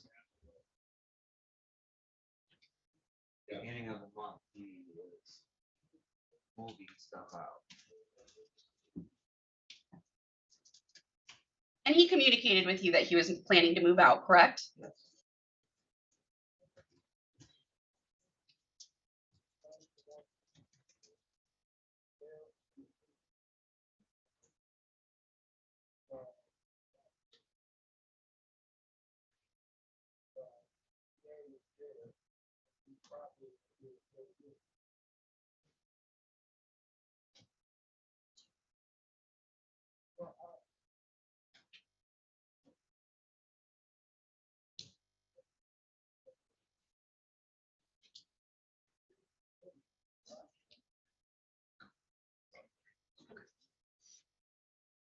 So in regards to the camera, you said that the camera was on and working through, I guess, March 1st of 2022 to March 8th of 2022, correct?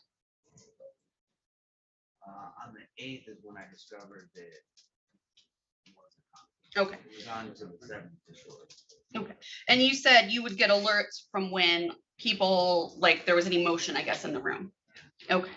And when did you get those alerts during the time that you were gone? When you were at your mother's house in Flint? No, I just kept checking it and nothing had happened. I would just look anyways without any alerts. And then it happened before I woke up. But there was an alert on the phone saying that motion detected. So I opened it up and it was just a black screen because it had been disconnected. But you didn't see how it was disconnected or who disconnected it. No.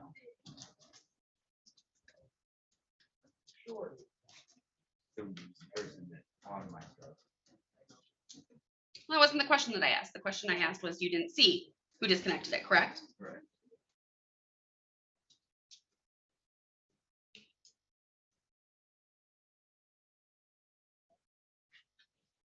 Nothing further. Redirect Mr. Brodzinski. Brodowitz. Just briefly. So just to kind of repeat again, you were, as you testified previously, you were in contact with the owner of the property to lease it out yourself, correct? I don't know if it was the owner of the property, but it was some kind of rental company. Whoever was in charge of renting out the property, you were in contact with. Yes. And you were in contact about renting it out in your own name. Yes. And you had never given, you had not moved out any of your belongings. Correct. And you had never given anyone permission to remove any of your belongings. Judge asked and Correct. answered at this point. Sustained. No further questions, Your Honor. From the people, may this witness be excused? Yes, Your Honor. From the defense? Yes, Your Honor. All right, you're excused, witness. Thank you for your appearance today. Thank you. Do the people have further witnesses? Yes, Your Honor. The people would call Louis Rodriguez. Let me know.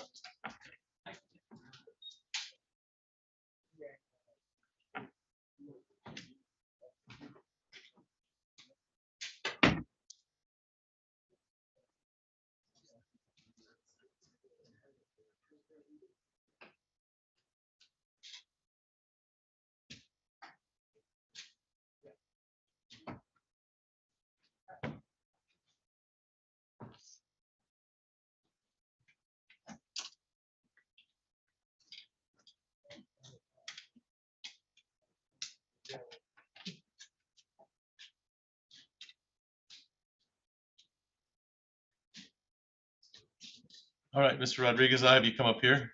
Go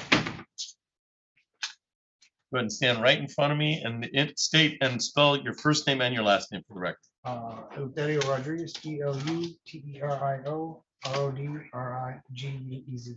Okay. Please raise your right hand. Do you solemnly swear affirm to tell the truth, whole truth, and nothing but the truth under penalty of perjury?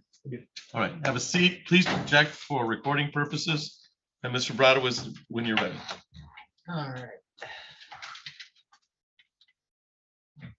Good afternoon, Mr. Rodriguez. Definitely. Appreciate your patience. So, Mr. Rodriguez, where are you employed? Dicker and Dale secondhand store. And where is Dicker and Deal located? 2408 South Street.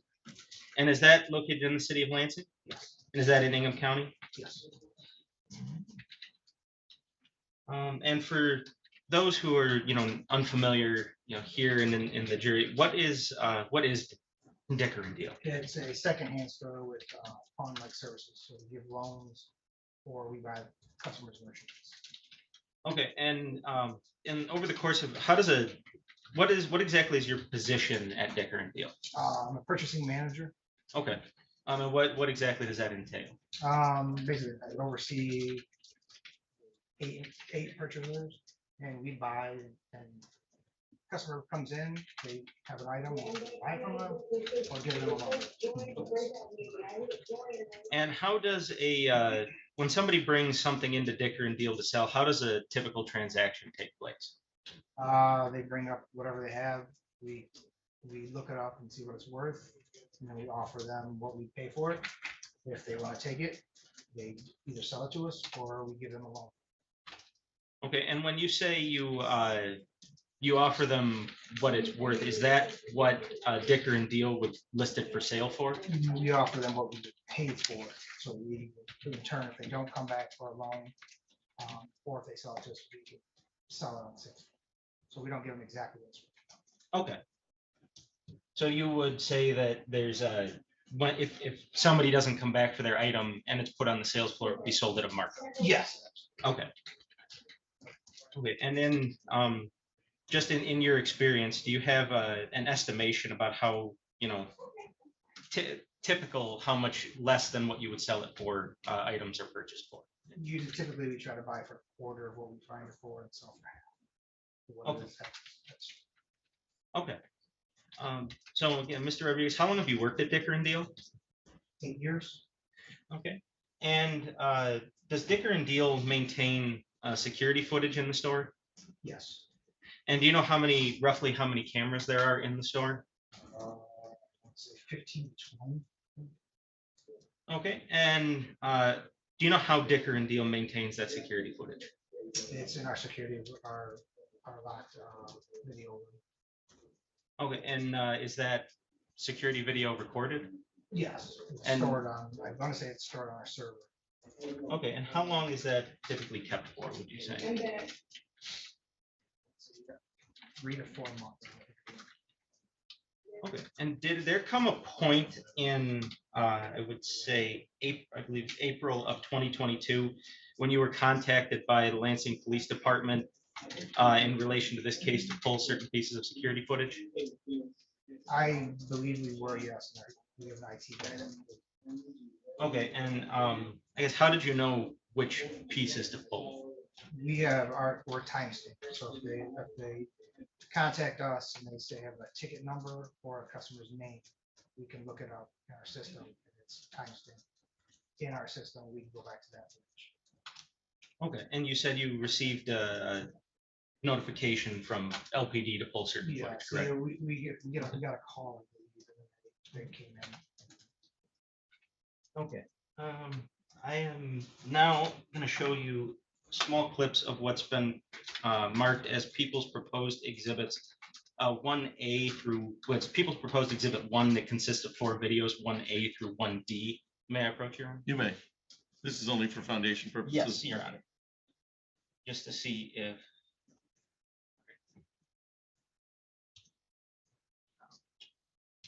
Do you recognize that video?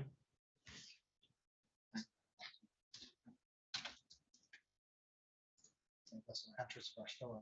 Okay. And then just if you recognize this one? Yes. Okay. And then last one here. I'm sorry, second to last one here. You reckon saying, is that the same location? Yes. As the previous one? Okay. And then final one here, do you recognize this location? Do you recognize the security footage? Yeah, that is Okay. I paid. All right. So. Okay. And so those surveillance videos that I just showed you, are those kept in the regular course of business at Dicker and Deal? Yes, they're in our IT. Okay. We don't, I can go in there and access it, yes. Okay. And those are and the security coordinators are their regular practice at the store. Okay, at this time, Your Honor, people would move for admission of People's Proposed Exhibit 1. Any objection to admission of People's Proposed Exhibit 1? No objection. Without objection, People's Proposed Exhibit 1 is admitted into evidence. All right. So now, You may publish to the jury when you're ready. all right. Okay. So I'm playing now a clip of People's Proposed, it'd be exhibit, well, People's, sorry, exhibit People's Exhibit 1A. Just for the jury, Mr. Rodriguez, can you tell what, I'll pause it right here. What area of the store this is? That's our front entrance. If you, that door right there is the purchasing department, there's a door to the right of that that leads to our sales floor. And then Oh. the window to the right is our cash room. So they go to that window to the right to get more. Okay. And now I will show you. And now People's Exhibit, go ahead and put People's Exhibit A back. Sorry, Your Honor. So People Exhibit 1A, just for the record, is time stamped April 3rd, 2022, approximately 1:39. Is that correct, sir? Am I reading that correctly? Yeah. Okay. Oh. And now I'm going to show you People's Proposed Exhibit 1B. And just for the record, that is time stamped April 3rd, 2022 at approximately 1:40 p.m. Is that correct? And what area of the store is this? That's our purchasing counter. Okay. And what would, I guess, take place at the purchasing counter? That's where the customer, it's like somebody's answering the phone there, but that's where the customer would come up to the counter with their merchandise, and we would discuss a price on, negotiate a price for what they want. Okay. Now I'm going to play a portion of People's Exhibit 1C. And in this video here, is this and for the record, this is timestamped April 3rd, 2022, again, approximately 2 p.m. And there are the employees here on the sales floor. What are the employees doing here in this clip? I will play. Looks like they're actually just talking there, but they would normally sit there at each terminal has what we look up our merchandise for. So we bring it in. Each terminal has access to the internet, and we take a look at stuff. They may be pricing right there, because we also do on the back side of that counter behind them is our pricing department where we price substances. Okay. And that is the same location from the previous video, correct? Right. And now People's Proposed Exhibit 1D. And what area of the store is this here? That's where our money room is basically. That counter, the window to the right from the first video, that's the inside of that room where she actually takes the person's ticket that we give them, they go to her, and then she pays them or takes them if they're paying on their phone. All right. And so, like you said, this is where, just to clarify a little bit, this is where customers, after they've made a sale, would go to get paid for that sale. Correct. Okay. So again, let me. All right.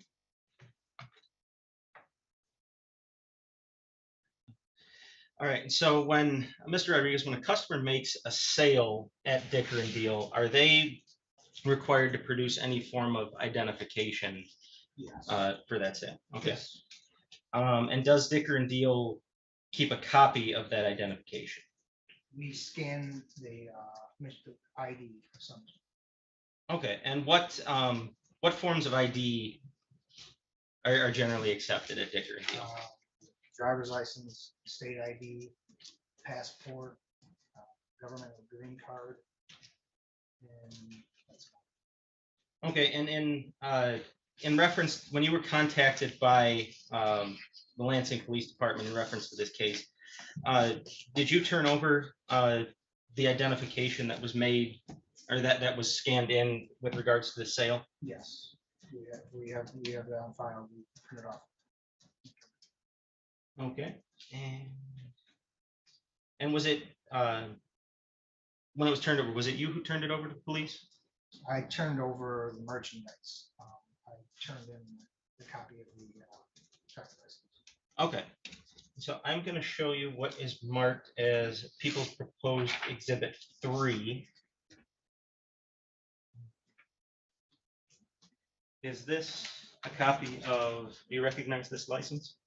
That's And is that a copy of the license you turned over? Alright. People would move to admit People's Proposed Exhibit 3. Any objection to People's Proposed Exhibit 3? Yes, Your Honor, I don't think that there's been proper authentication at this time. There's been no testimony as to where the driver's license came from, what file it was in, all of that kind of stuff that hasn't been established. Response? Your Honor, these are kept, the driver's license are kept in the regular course of business at Dicker and Deal. Mr. Rodriguez was the one who turned it over to the police. And on top of that, under Michigan statute, they are required to keep all forms of ID. I mean, I can offer further a further proof to it, but I think for foundation for the document would, or for the exhibit would just require that it is what it purports to be. I think the witnesses identified it as the property that the identification that was handed over to the police. And under those circumstances, I would allow it as People's Exhibit 3. okay. And sorry, I forgot this. I have permission to approach, Your Honor. You may approach. Is that People Exhibit 3? Yes, Okay. People's Exhibit 3. All right.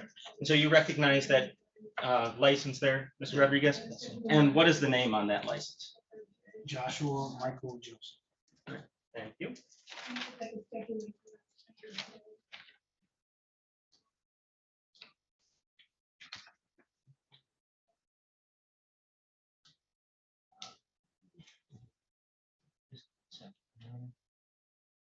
Okay, and then Mr. Rodriguez, how is there any other way that Dicker and Deal maintains records of purchases they've made from customers? We keep a hard copy of the actual ticket that we give them. So when they turn it into the lady at the counter, she keeps the copy of what we paid with a thumbprint. Okay, and did you turn over and these sales receipts, are they kept in the regular course of business at Dicker and Deal? We keep them on hand, yes. Okay, and was one, when you were contacted again by Lansing Police Department in this case, was one turned over to Lansing Police Department? There was one turned over. I didn't do that one. Tracy, the lady in the room, I did. Yes, it was one turned over. That's why we keep a copy on hand. Okay, and these, like I said, these are kept in the regular course of business, and these generating these receipts are regular practice at Dicker and Deal. Right. Permission to approach, Your Honor? You may. I'm going to show you what's been marked as People's Proposed Exhibit 2. Do you recognize what that is?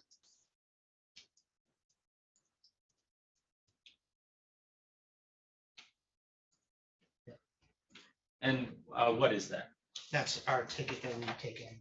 When we've taken our merchandise, we put it in the system with that description we can put in there, make, model, if we can get the serial number on there. And then we use that as a ticket, and then they take that to our cashier. And they get them their merchandise. At this time, Your Honor, move for admittance of People's Proposed Exhibit 2. Motion to admit People's Proposed Exhibit 2. Any objection? We have no objection. Without objection, People's Proposed Exhibit 2 is admitted into evidence. All right, and so permission to approach again. You may. All right, so I'm going to hand you back People's Exhibit 2. Can you read the name of the customer off of that exhibit? Joshua Michael. And can you read the items that were purchased by Dicker and Deal? Harman Kardon, Onyx Studio 7, Charcoal Gray, Turtle Beach, earphones, gaming headphones, and Microsoft Surface Pro 3 120 gigabyte with butt case. And what was the date that that sale was made? 4/3/2022.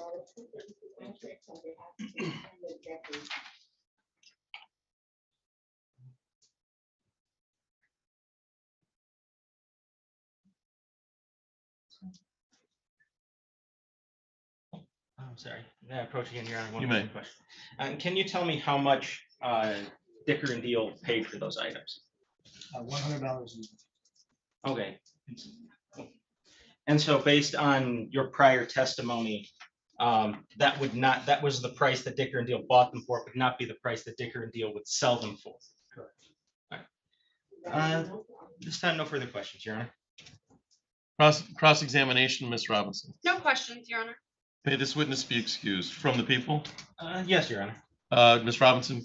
Yes. All right, thank you for your appearance today. You're excused, sir.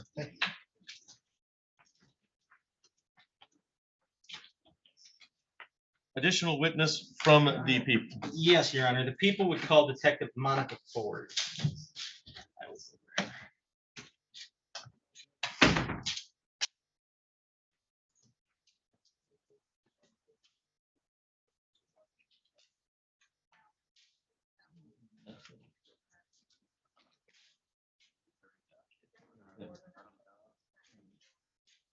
We're not gonna have to stand up to the bench. Please state your name and spell your first name and your last name for the record. Monica Ford, Monika, Ford like the car, Ford.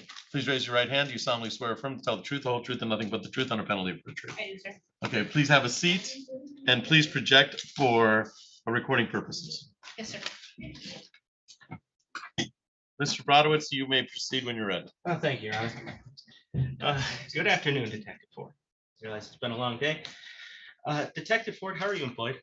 I employ with the Lansing Police Department, and my functions are as a detective currently. All right, and how long have you been in that position? As a detective, about 3 years, but I've been employed with the city for 24 years as a police officer. Okay. Have you ever had contact with an individual named Nicholas Caudill? Yes. And what caused you to have that contact with Mr. Caudill? Nicholas called our officers and they came out and took a police report from him. And then as one of my functions as a detective, reports get assigned to me and his case was assigned to me. Okay, and what was the nature of that report? He was saying that he had items taken from him.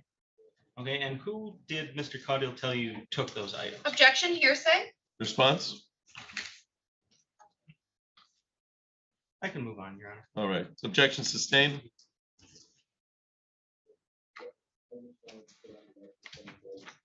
Did you have a chance to interview Mr. Caudill? Just over the phone, but yes, I talked to him. Okay. And did Mr. Caudill tell you what items were taken, if any? He told the officer. Objection, hearsay, Judge. Response? Your Honor, the detective interviewed Mr. Caudill, and Mr. Caudill told her that she's testifying to what she knows. She's here to be cross-examined. And hearsays, the hearsay statements are sustained. Okay.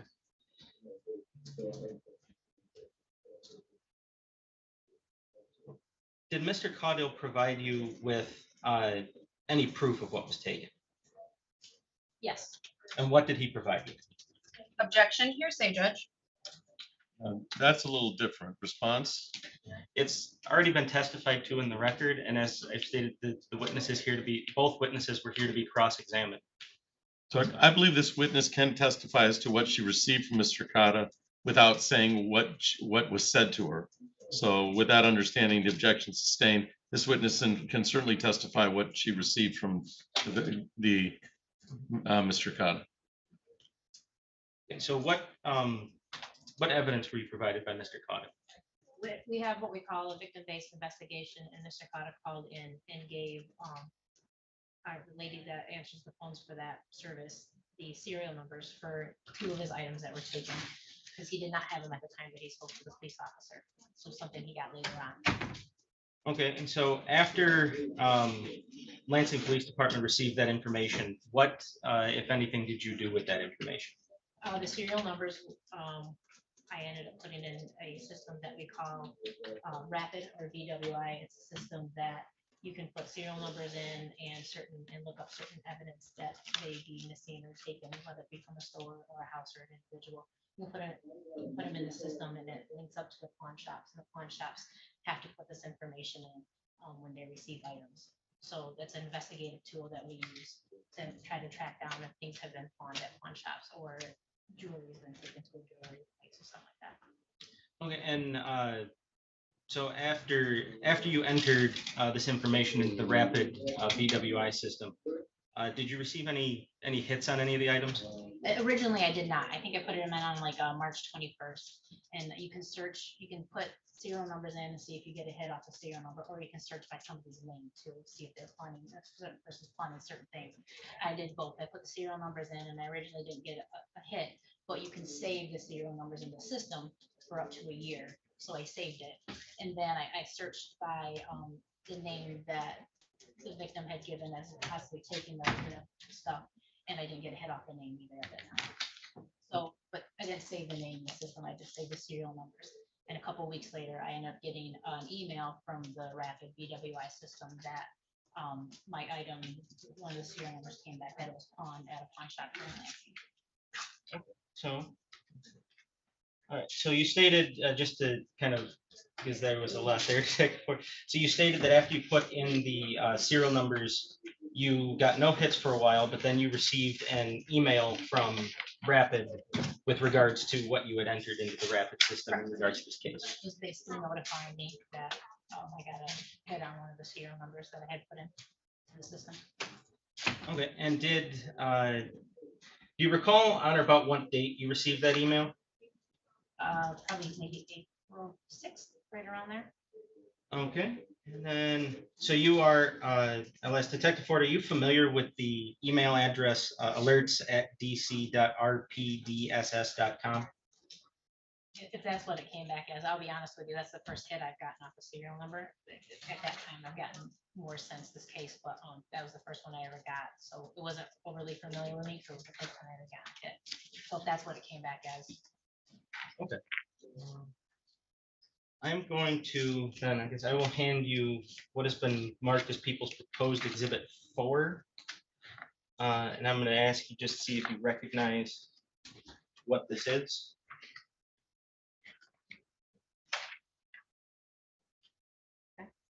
All right, and just real quick, what is that I've just handed you?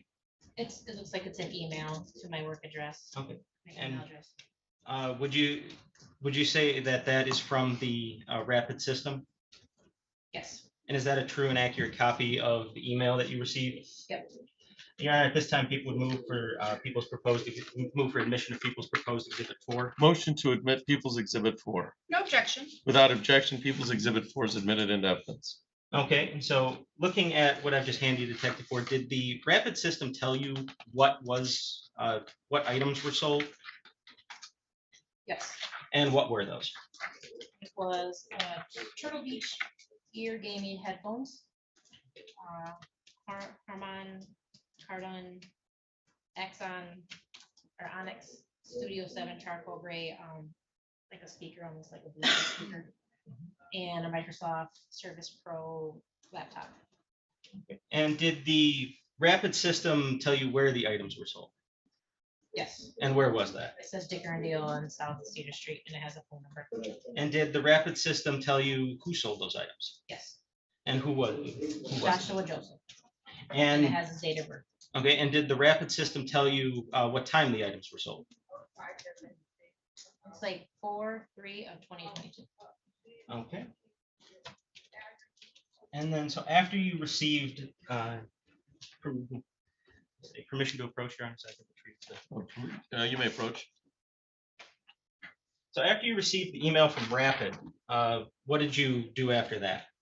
I called Dicker and Deal on South Cedar Street and asked them to pull those items so that they couldn't sell them. All right, and did you ever personally go down to Dicker and Deal? I did. And why did you go down to Dicker and Deal personally? To recover the items for my victim and to, you have to sign paperwork. They bought the items, now Dicker and Deal's out of the money. So you have to sign paperwork for them and retrieve items and get the video. Okay, so I think you kind of said earlier, but while you were down there, did you recover the items? I did, yes. Okay.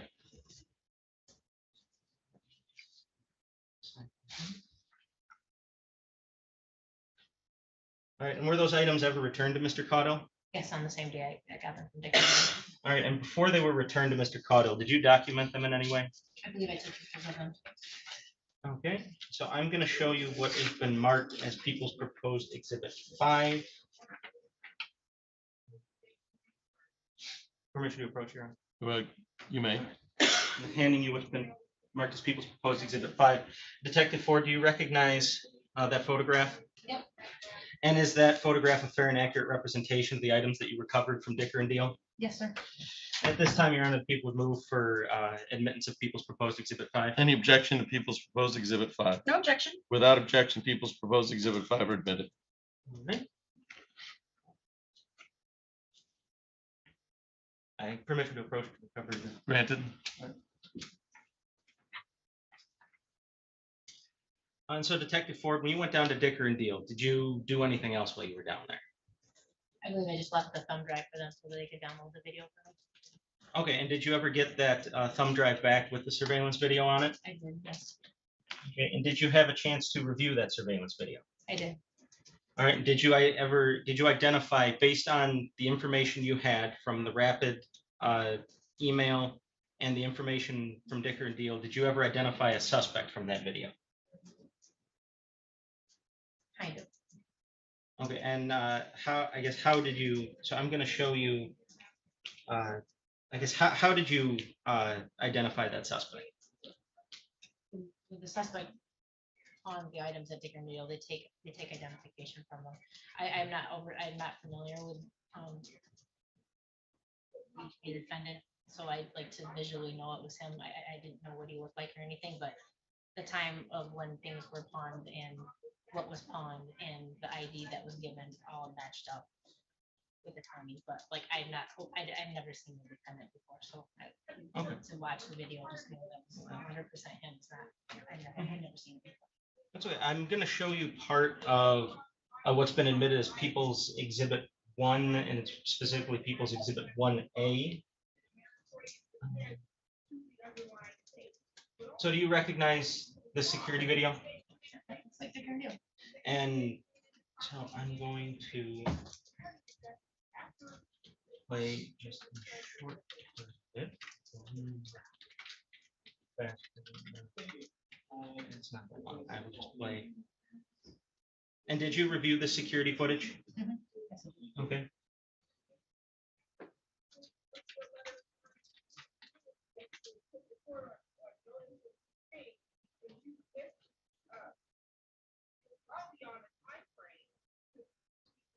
I'm gonna fast forward just a little bit here.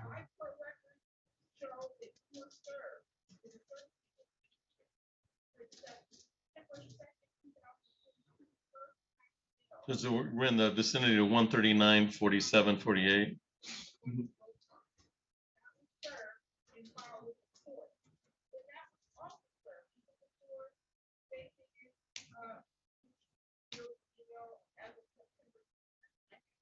So I'm going to pause it here just a little bit. So for the record, I am pausing the video at 13:40 and 15 seconds on the video. Detective Ford, did you see the individual you identified as the suspect in that video? Yeah, that's him. And can you describe him for the jury? White male with a blue hoodie on, dark hair, carrying a little child, like a little girl. Okay. Now I'm going to show you what has been admitted as part of People's Proposed Exhibit 1, specifically People's Exhibit 1B. And I'm going to start this on the video counter at roughly 45 seconds into the video, which is, just let it catch up, timestamp 13, about 1:40:47 on March 3rd, 2022. And do you recognize this security footage? Yes. And was this security footage you viewed in regards to this? Yes.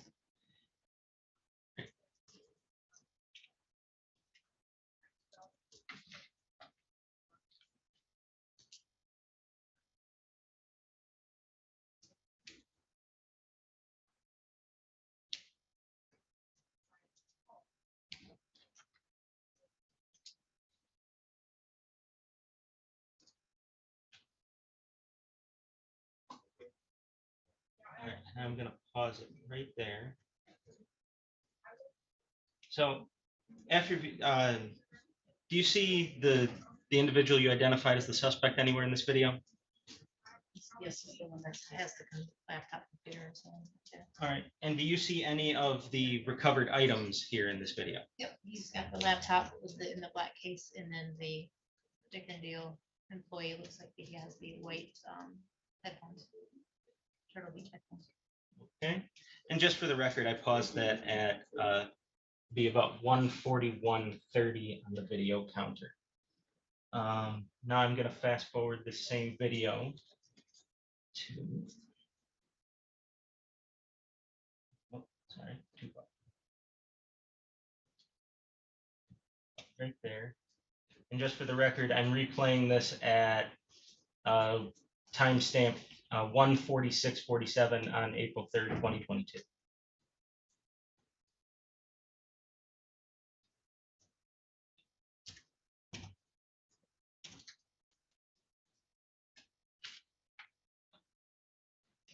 And so as this is playing, Detective Ford, do you see any of the other recovered items in this video? Yeah, the speaker. It's right there. The Dick and Deal person looks like he's touching it right now. Okay. Headphones.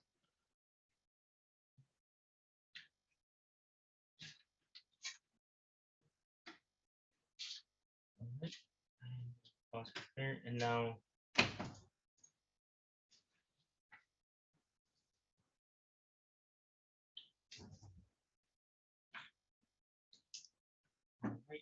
and then I'm gonna play one clip from People's Exhibit 1, specifically People's Exhibit 1D. And again, do you recognize this footage, Detective Ford? Still from Dick and Deal. Okay. Going to start it at.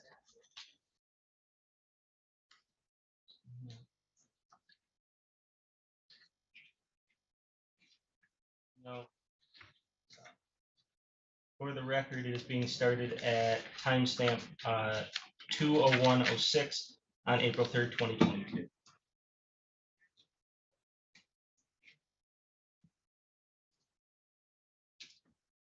And as the video is playing, do you see the suspect anywhere in this video, Detective Ford? Yes, he's standing at the counter. I think that's like the cashier counter where you get money. Okay.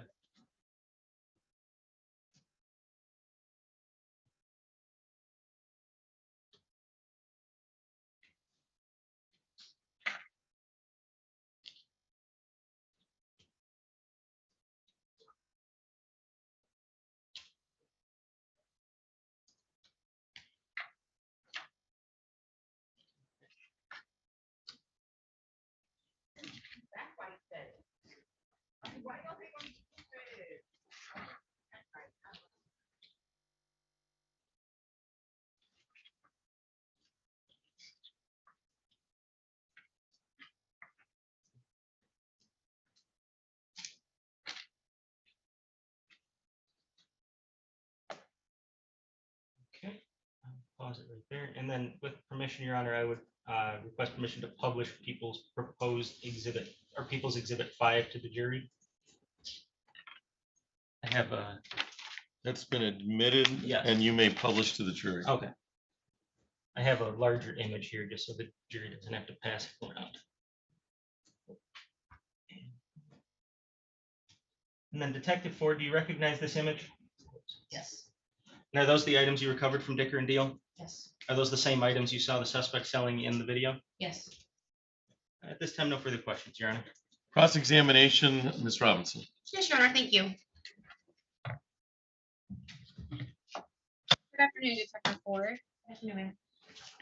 So you stated previously that you've never seen Mr. Joseph before. Not in person. No. Okay, so this is the first time that you've seen him in person.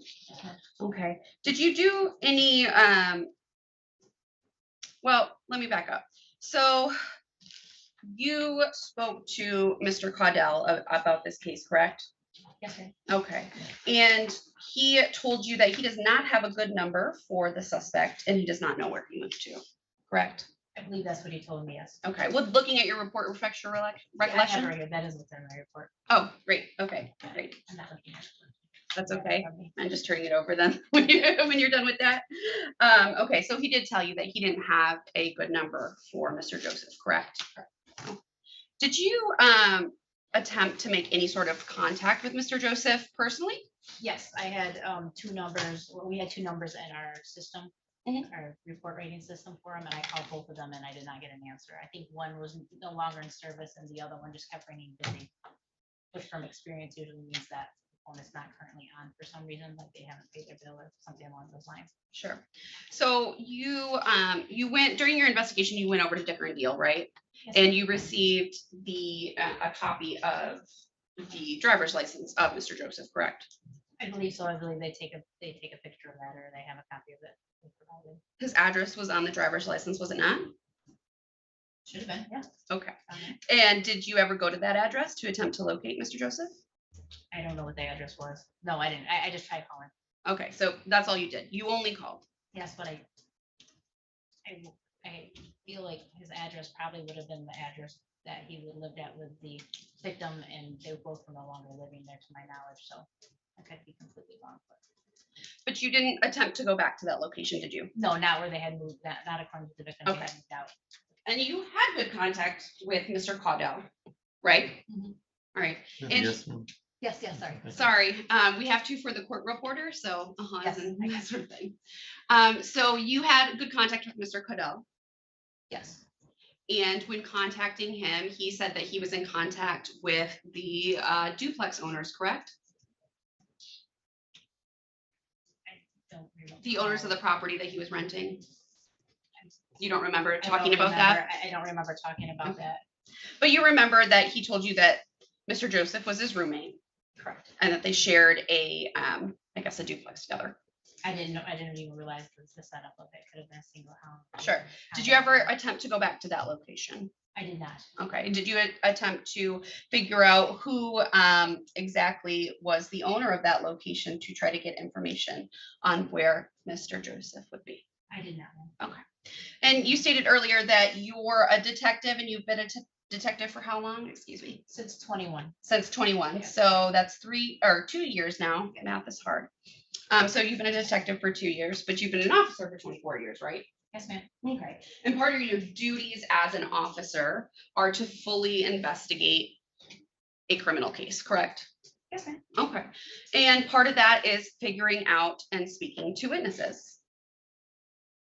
And victims and suspects, yes. Okay. And that means getting all the information that you can in order to formulate and come to a conclusion to forward to the prosecutor. Yes, ma'am. Okay. But in this case, you never followed up in finding Mr. Joseph's story, did you? You never talked to him? I did. I tried calling 2 different phone numbers that I had.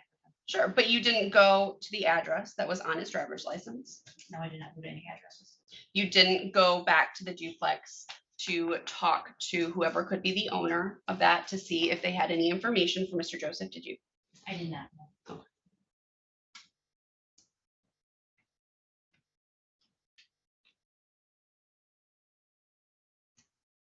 I have nothing further. Redirect, Mr. Brodowitz. Your Honor. Detective Ford, did you have any reason to suspect that Mr. Joseph was still living at the address Mr. Caudill reported the theft from? No, I did not. Okay. And then one final question, Your Honor, if I may approach with People's Exhibit 4 again. You may. Okay, just really quickly, Detective Ford. That's, I'm showing you the copy of your email from the Rapid system. On that email anywhere, does it give a date and time that the transaction took place at Dicker and Deal? It says 4/3/2022. And does it give a time? 1:57 p.m. Thank you. Permission to approach. Permission granted.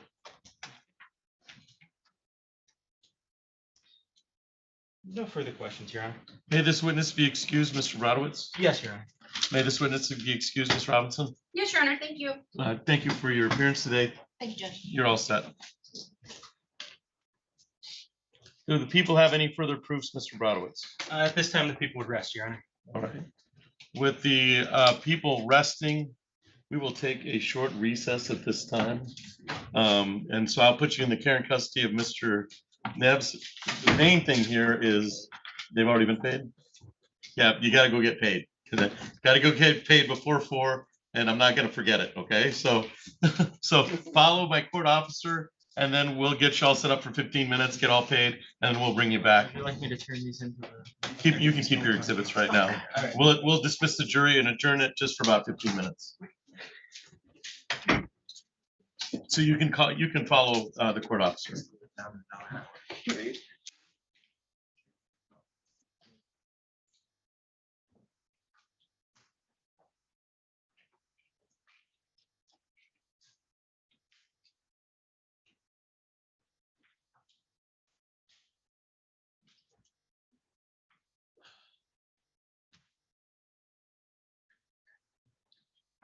All right, we can shut the door. So we're back on the record in docket 22-01463. The people have rested. We will get back on the record once the jury comes back in. We'll take a break right now. We will do a motion if defense counsel would like to do a motion, and then we'll start on the defense proofs if they choose to have any proofs today. If not, or after that, we will have the jury out of the room, and we'll come in and look at jury instructions. So both counsel knows what jury instructions are to proceed, and then we'll also, at that time, Ms. Robinson, you can pick the lucky person who's not going to deliberate. Why does it always have to be me? Right? Yeah, because you are the defense lawyer, and that is standard. Although I always get something back from the defense lawyer like, why do I have to do this? That's been consistent. I don't like that. I know. I don't know what to tell you. If you okay Mr. Brodowitz to do it, he's happy to do it, I'm sure. Well, we'll just have Wendy do it. Can for future trials, can we get like one of the bingo rollers in here and put the numbers on them? And I'm afraid not. I'm afraid the city of Lansing won't make that expense. So we're off the record. I'm going to go ahead and see how I see the proofs, and then in regards to because we have some extra ones for self-defense and stuff like that. Those don't need to be in there. Right. And then once we get everybody in, we get all the proofs done, we send them back. We'll deliberate. I'll give you about 5-10 minutes for closing, so you can get your thoughts in order before closing. Okay. All right. Thank All you. right.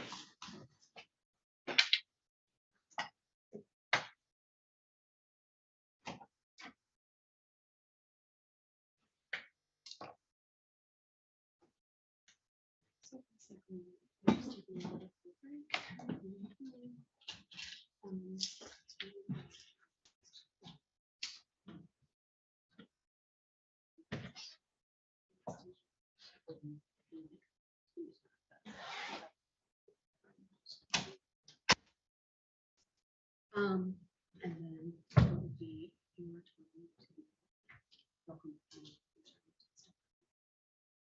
your side of the story, and what kind of stuff. Go from there, go closing arguments, jury instructions, okay? Because the documentation said how much the seller was willing to sell, how much the buyer was willing to pay, and they were willing to pay.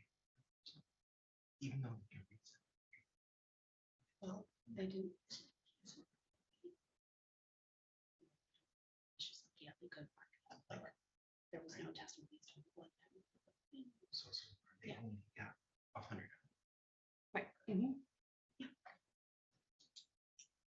So the lifetime.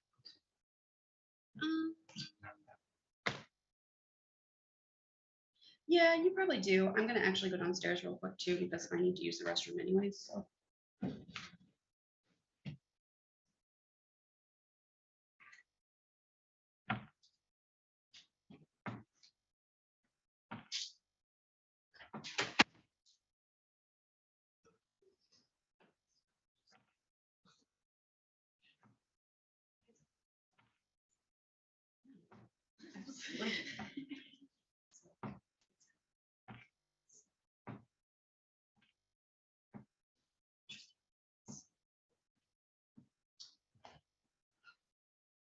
Done for the day?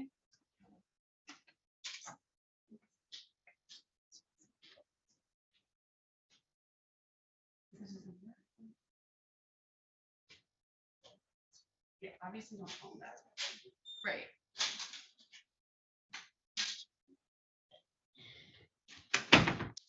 What happened with that guy, John Evans? Andre's was talking, but she, and she actually left lower information.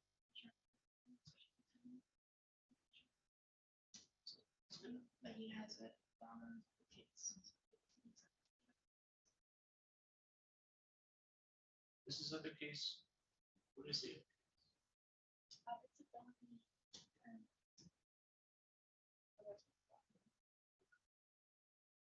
Some kind of assault. Stalking.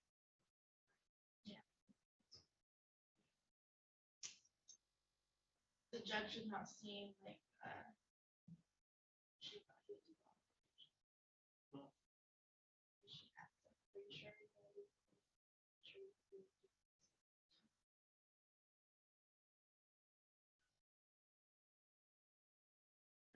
I don't remember what did he, what was he being sentenced for today? It was for originally a felony resisting. So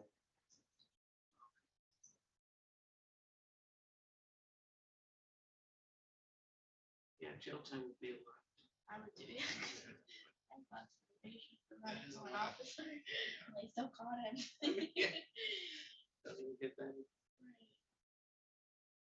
mean, supposedly, I've heard from officers before that in the old days, they wouldn't even charge people unless they got away or injured.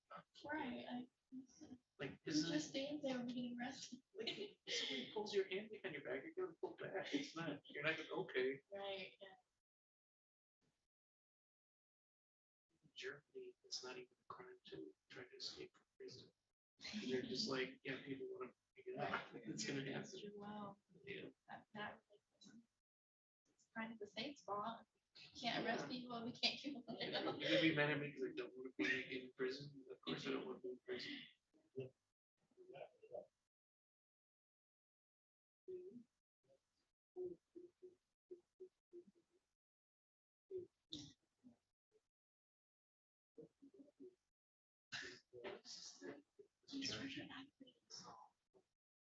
And I think the offer was pretty good. The offer was, originally it was just plea as charged. Front jail, then she agreed to reduce it to a simple assault. And I am there for front jail. See the information. Or she said, "Well, it's easy." And now he said, "No." Doesn't want to do either. That's one information for one jail. Trial, and it's on the aggravated. What do you think? Like, is this something? Yeah, there's a different. No, I don't think at all. Oh, okay. Well, cause he admits, he was like, he told me and he told Pop the report. He was like, I was telling her, fight me that if you're so hard, come hit me. So she hits him once, he said, right now, just like that. You know, like she was in the hospital. Pictures. Is he trying to save himself defense or something? Yeah, he said, I won't, I mean, I explained that it's, you know, like self-defense, we can be like, you know, push away or Yeah. something. So he's just very adamant, since she hit first, you know, he was right to beat her up. And at first, like after the first, like, we spoke for like an hour about it, and finally I understood, like, yeah, you're right, like, she didn't saw me, but I felt back. And then he was willing to plead. And he talked to his mom. Yeah. I mean, she, you know, of course, the other woman claims that she didn't touch it to begin with, and it was in her house. She was telling me, get out of my house. It's gonna be tough. Yeah. But when you get closer to the trial date, matrix. Maybe. Is there any kind of, like, they have photos of her injuries and They stuff? have photos of her, they have blood on her face, or it's all that stuff. It's like, Yeah. they like they video. No video. I mean, I think there's like body cam of he's talking, but like they weren't there when it happened. And he tells the cops, he's like, yeah, yeah, sorry. Did they give you the body cam yet? Or not?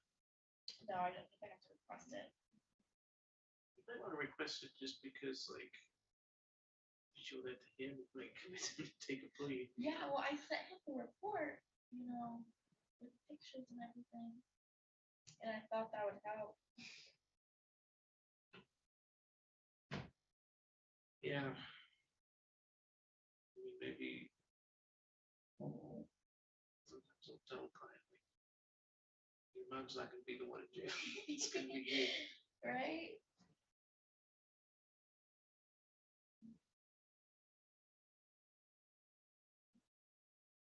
And apparently the ladies have like gone under the weeks.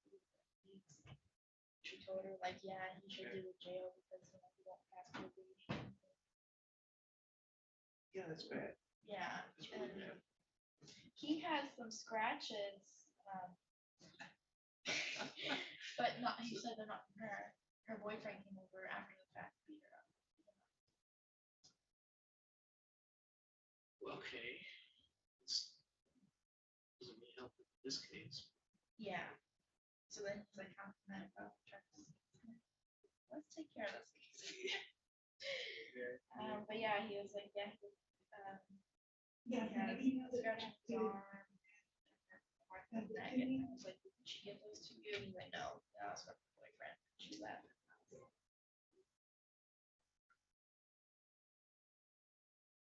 Not as far as I'm concerned. No. I don't think he's going.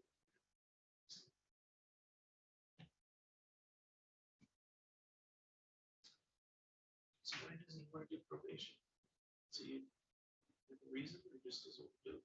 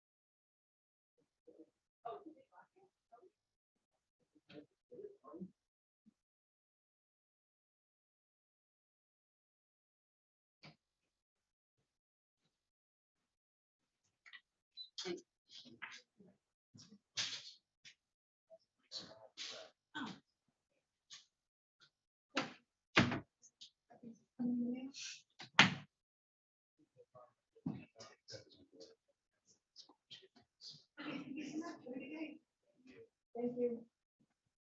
Bye-bye.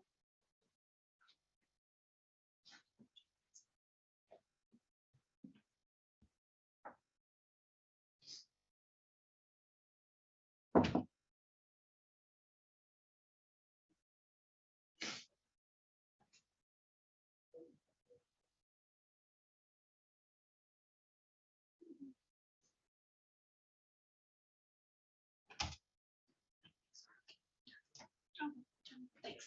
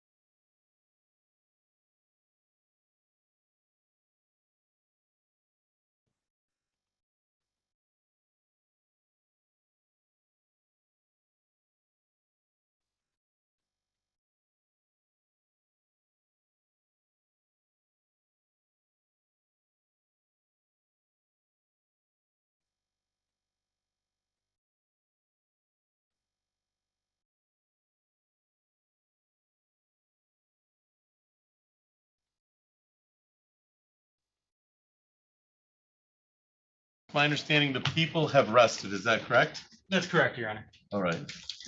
I probably should have taken a motion while we had a chance, but we'll do it after proofs are done. Does the defense have any proofs today? We do, Your Honor. Will the defense call their first witness, please? Yes, Your Honor, the defense calls Joshua Joseph to the stand. All right. Mr. Joseph, you can stand right up here. Please state your full name and spell both your first name and your last name for the record. Joshua Joseph, Joshua, Joseph. Okay, please raise your right hand. Do you solemnly swear or affirm to tell the truth, the whole truth, and nothing but the truth under penalty of perjury? Yes, sir. All right, have a seat and go ahead and project for recording purposes. Ms. Robinson, you may proceed when you're ready. Thank you.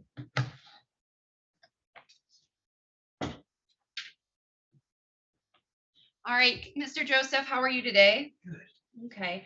Mr. Joseph, I know that you've heard some of the testimony and things that have been said so far, and what's been going on, but let's tell the jury how you know Mr. Caudell. I know Nick, I put out an ad, me and my fiance, we were moving to another side of Lansing. She moved before I did. I wanted to stay a little bit longer, a few months. So I put out an ad to have somebody come in there and kind of take over her portion. So he contacted me through the ad and I met with him a few times to get to know him. And he told me a little bit about himself. That was it. It was kind of just, I took him off first impressions and allowed him to move in to what was my kids' room when my fiance was living. So you and Mr. Caudell came to an agreement on he would be living there with you? Yes. Okay, and what was that agreement? The agreement was that he was gonna come in, actually, the agreement was he was coming in for, it was just 1 month. He said, you know, I just need somewhere to live for 1 month. I'm coming from Flint to Lansing, and I just need kind of like a little transition. I said, that's perfect, because, you know, I'm moving in with my fiance, I'm not ready yet. My job was literally like, I walk to work, so I didn't want to give that up yet. And so I was like, that's perfect. I'm just here for a little bit. So we were under the impression he was going to stay a month. We talked about maybe 2. I think it ended up being 3 or 4. Okay. And he was living with you, was it between the months of November of 2021 till around March of 2022? That's correct. Okay. And at that time, he was staying in a room, correct? Correct. Did he have any other like access to common areas or other access to the house? Yes, he did. I pretty much gave him reign. I told him he could eat my food. I bought food for the house, and I was kind of bouncing between staying there and staying, I was transitioning out of the house. So I allowed him to eat my food. I mean, everything, it was pretty much his house at that time. November, December, January, I was living there, but most of the nights I was spending the night with my fiance at her new house. But all of February, I was no longer there. I was only at the fiance's. So he had the whole kind of reign to himself, but he knew he had to move out. Okay. And so going to that time to March in 2022, were you renting or leasing this duplex? Renting, or did you own the duplex? I was renting. I signed a year contract with the company and I met the obligation of the year and they offered me a month to month and I agreed. So I was on a month to month. I wasn't fixed in for any amount of time other than the month that I was paying for. Okay. So during the month of March of 2022, I guess February of 2022, you were still on that month to month lease. Yeah, so February, I contacted them, let them know that was my last month and that I would be handing in the keys. In the beginning of February, I told them March 1st, and then it eventually turned into March 6th when Nick needed a few extra days. Okay. And so you were in contact with Mr. Caudell about moving out and that he was going to need to leave the residence in March, correct? Absolutely. Okay. And did you ever set a specific date and time for him to be out of the apartment? Yes. Okay. And when was that? It was I think it was March 6th. It could have been March 7th that he was supposed to be out, but I'm pretty sure it was March 6th. He knew the month prior that he was to be out. He just knew he had that little grace period between the 1st and the 5th because he kind of moved in and he thought that since he moved in 5 days after the month started, that he should get 5 days more. But I explained to him that the company I'm renting from goes from the 1st to the 1st. Like that little leeway was kind of our personal deal. It's not, I can't really dictate what they're telling me. And when I tell them I'm leaving March, they tell me the 1st, it's the 1st. So I got in contact with them and told them the 6th. So they told me I would have to pay a prorated fee for those 6 extra days. Okay. And did you tell Mr. Cadell this information? Yes. Okay. Did he ever pay you that prorated fee? No. And so he was paying you for renting the room. Did he ever pay you the full amount for that property, for the rental? A few months he paid the full amount that we agreed upon. Oftentimes, as I think we showed in text, like he would be $50 short, $100 short, and we were kind of buddies. So he thought he would just tell me, I'll pay when I can, and I kind of allowed that to happen.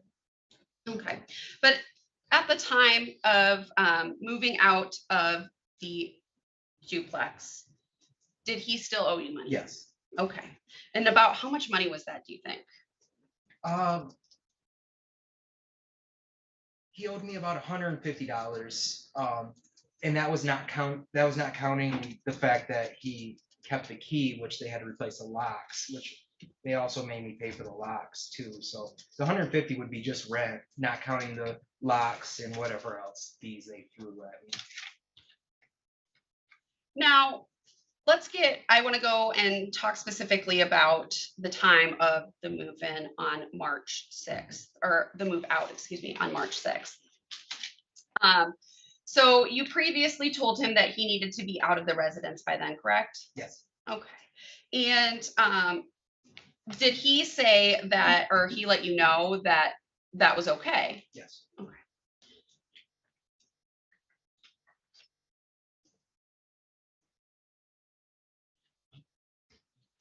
Your Honor, may I approach? You may.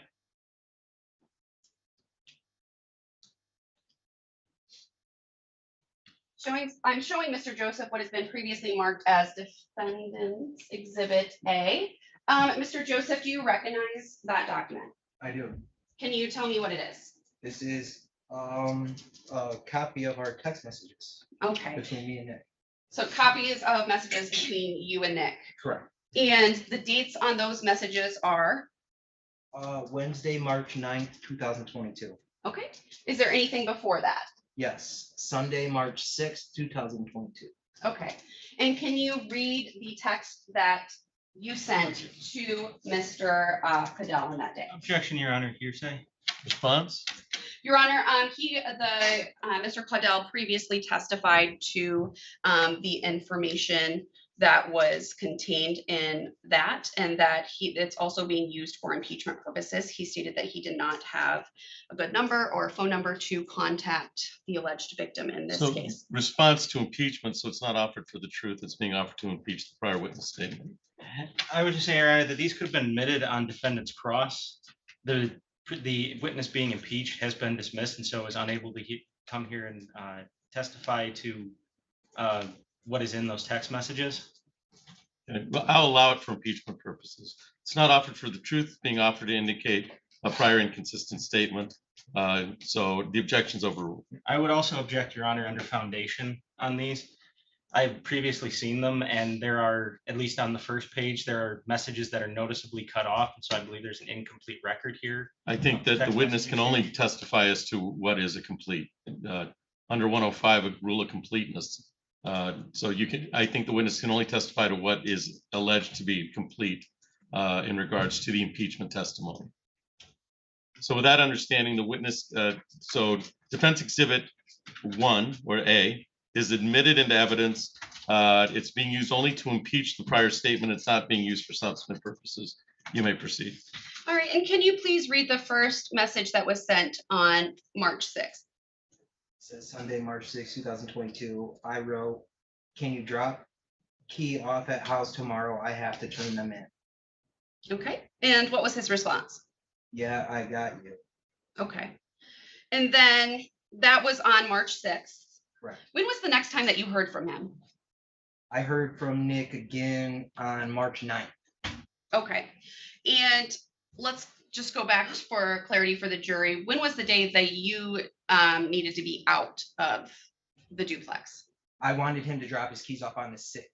Okay, and so you didn't hear from him until the 9th, correct? Correct. Okay. And in prepping to, I guess, move out of the duplex, right? The time comes around March 6th. What did you do? Well, first I contacted Nick, made sure he was gonna drop the key off because I needed both keys to hand in. And I also wanted to cover my end. And so I went to the duplex and I cleaned it out. I painted the walls, I cleaned the carpets. I took, I had a lot of odds and ends there, a lot of stuff, I'd say. And curtains, just the stuff that you leave behind. That I had to get out of there. I had to empty it out and make sure it was clean enough so that they wouldn't take my security deposit. And then you did all of this on the 7th, is that correct? No, Or I on did the this. 6th. This was like a 3-day thing. And it took place from the 6th through the 8th. It was probably the 6th to the 8th that I was there, along with many other people painting and cleaning and getting everything out. Okay. And during this time, you were packing things into boxes, you said, correct? Okay. And tell me more about that. Like, how was that process like? So I had most of my stuff out because, like I said, that whole month of February, I was moving my stuff out into my new place. So as far as my stuff, like my essentials were already moved out. Most of my stuff was just stuff I was dreading moving out or stuff that I really didn't care about. And so I had to get all that put in boxes. My kids had some of their old toys they didn't play with. I had, the backyard was full of toys I had to get out. But mostly it was getting stuff out of the closets, and most of the stuff was getting stuff out of closets. All right. And now you heard what Mr. Caudell claimed, that there were multiple items of his that you took from the location on that day. Did you take any of his items from his room when you were boxing things up? Well, yeah. So when we were boxing things up, I called and I texted and I tried to get him to come and take his. I didn't want to take his stuff out. I didn't want to deal with all that. It's too much work dealing with my own stuff. But he just wasn't responding. He wasn't getting a hold of me, and the deadline was there. I had no choice. So we boxed up a lot of his stuff. I texted him in a message that I said, if you don't come by the 8th, I'm putting your stuff out by the road.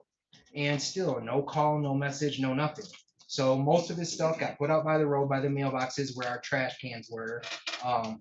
Some stuff, yes, did get boxed up, like the tablet, the headphones, and that Bluetooth speaker, which were in the bathroom. That was like the bathroom Bluetooth speaker. So that got boxed up with the bathroom stuff, which I never even unboxed for about a month after I left.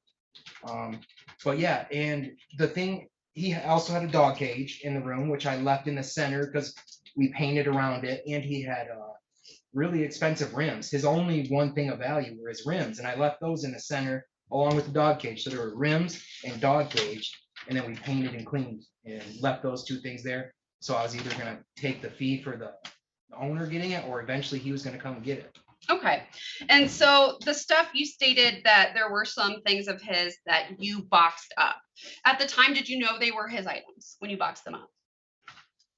No, it was most of the stuff that was his that I thought he wanted to keep. I put in the center, and all like the trash and junk went out by the road. And at the time, it wasn't intentional. Like I wasn't intentionally holding on to the Bluetooth speaker or headphones. Okay. And so you were boxing everything and moving it out. When was the next that you heard from Mr. Caudell?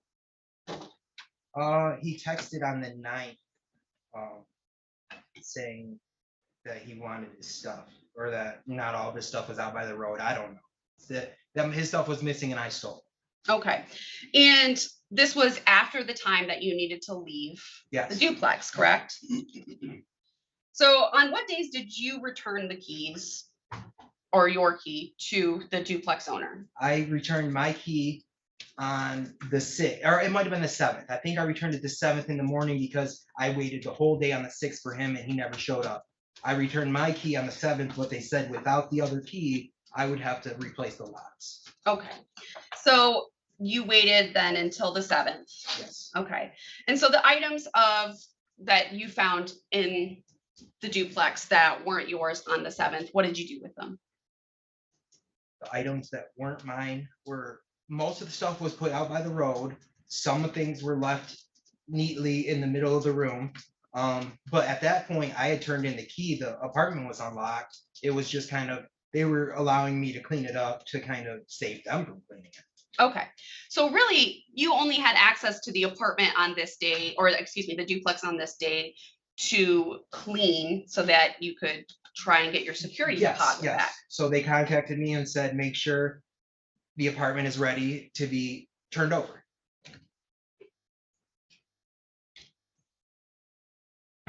And besides you and Mr. Caudell, was anybody else living at that duplex at the time? At that exact time, no, but previously, yes, it was me, my fiance Rachel, and my 2 daughters. That was kind of our apartment, and then we phased out. She moved out before I did. So the last, few months, it was just me and Nick. So going on, when you moved out, you moved in with your fiance, correct? Correct. Okay. And when is it that you noticed some items that were boxed unintentionally? It was probably about a month later. We were looking for a cord for my piano, or it's a keyboard. But my daughter wanted to play it and I couldn't find a cord. So we were going through boxes looking for cords because I knew one of the boxes had all of our cords in it. And that's when I had found the speaker and the headphones.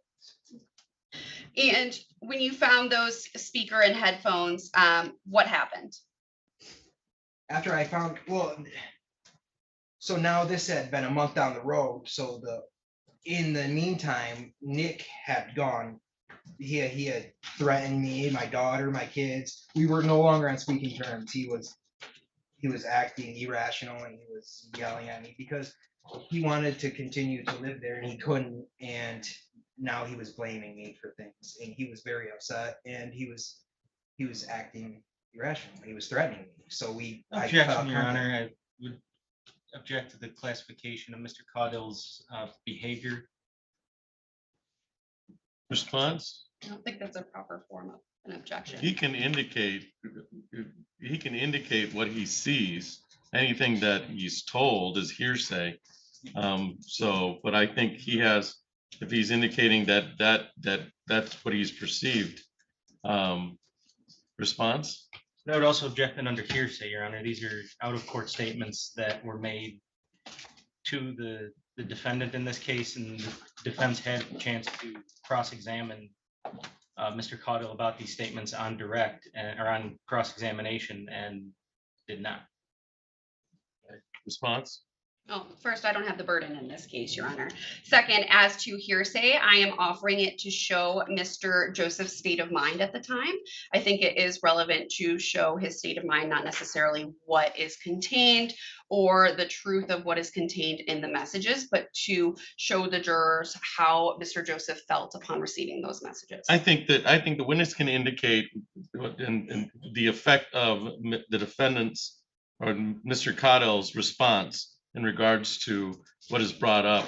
I don't think it's used substantively. I think it's being used in order to indicate what this witness saw and experienced without getting into whatever substance the 2 witnesses were talking about. So I'm going to overrule the objection. It's not substantive. It's not used for the truth of the matter asserted. It's being offered to show, I think, the effect on the listener or how how this witness was made to feel. So with that understanding, the objection is overruled and you may proceed, Ms. Robinson. Thank you. So on March 9th, he contacted you and he accused you of stealing his items, correct? He then proceeded to stay in contact with you, correct? Yes. And that, the communication between you and him then became, I guess, rocky. Yes. Okay. And you stated that you felt threatened. And why was that? Because he said he was gonna show up at my kid's school. Okay. And so that that wasn't the only threat that he made, No, correct? No. Okay. So there were multiple things that he said? Yeah. And how did that make you feel? Upset. I was upset. Okay. I guess, can you elaborate a little bit more on, being upset? I know it might be hard, but. I was upset at the whole situation, and I didn't like the fact that he was bringing like my kids into it, my fiance. He was direct messaging my fiance, behind my back, like trying to coerce her to say that I did something I didn't do, or I don't know what his intentions were. But I know it upset me, and it made me fear to take my daughter to school because he had listed the exact school she went to and what time, and I don't know how he knew that information, but he knew where our kids went to school and at what time, and I had never told him of those things. So I don't know how he knew that. So it made me worrisome, and at this time I was just angry. Sure. Okay. So after receiving those messages, what did you do next? At this point, I was already moved out. I was already moved in. I actually, when they first texted me, I actually was sympathetic and trying to help him. The very first day he texted me about his stuff, I told him right where certain stuff was by the mailbox, certain stuff was by the trash can, certain stuff was in the middle of the room. I tried to best of my ability to help him find the things that he was speaking of. And then it kind of just got out of hand. And we were both angry. I was angry at him for accusing me, and he was angry at me for saying I stole stuff, or it was just not a good situation. So between the March 6th of 2022 and April 3rd of 2022, did your phone number ever change? No.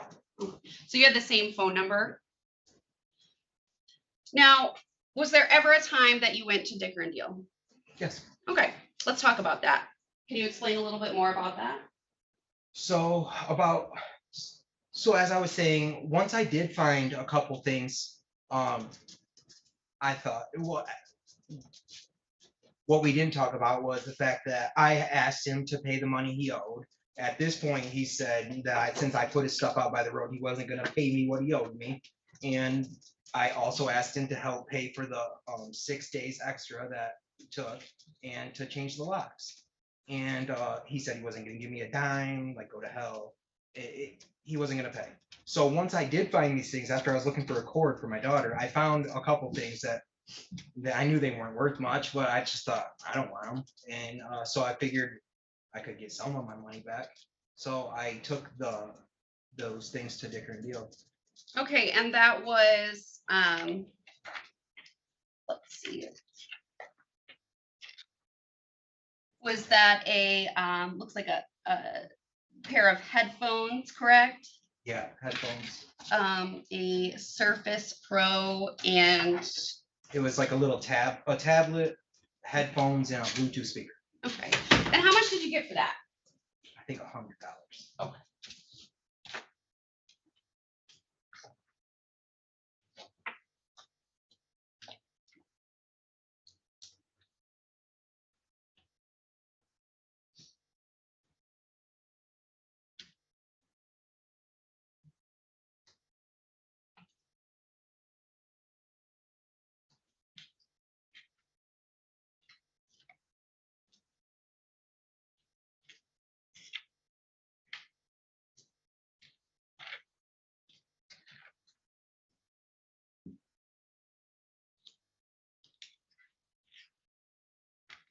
At any point in time, did Mr. Cadell ever tell you that he planned on staying at the residence longer than you? No.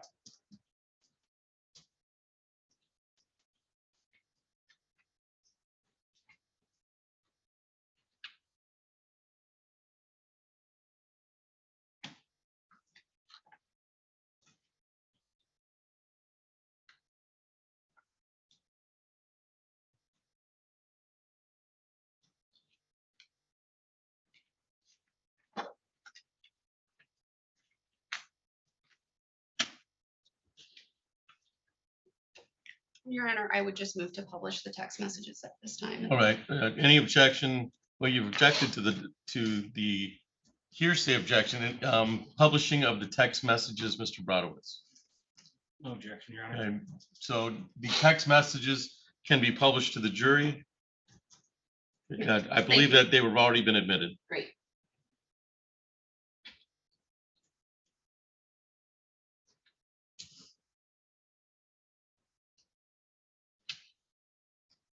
And I have no further questions at this time. Cross-examination, Mr. Brodowitz. Yes, Your Honor. All right. Good afternoon, Mr. Joseph. Good afternoon. So you claim that you had this rental agreement with Mr. Caudill and that he fell behind somewhat on his payments to you, correct? Did you ever take any sort of legal action to try and get the money that you were owed? Why not? Because at the time we were friends and he was paying to the best of his ability, and or so I felt. And so when he would be behind, he wouldn't not pay me for a whole month. He would just be short. So sometimes he would short me $50, $100. It was nothing of significant value. Okay, so instead you sold his items. Yeah, eventually, yes, I did. Okay. Again, so you,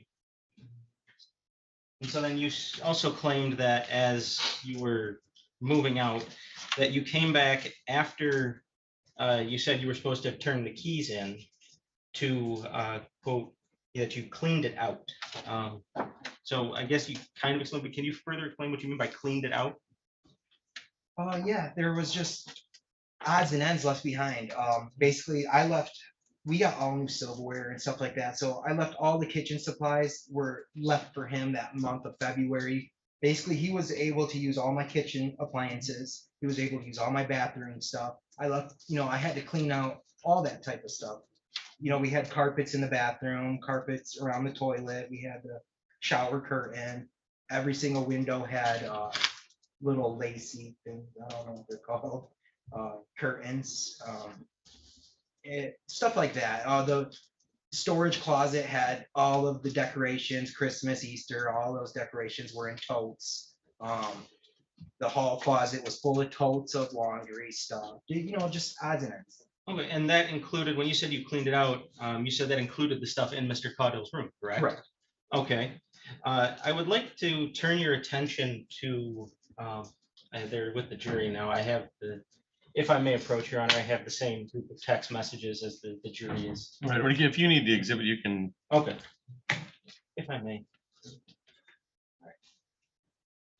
I would like to turn your attention to, let's see. It would be on here, it would be the 4th page. I'm putting it on top here of the text messages that were submitted. Can you read the first message that do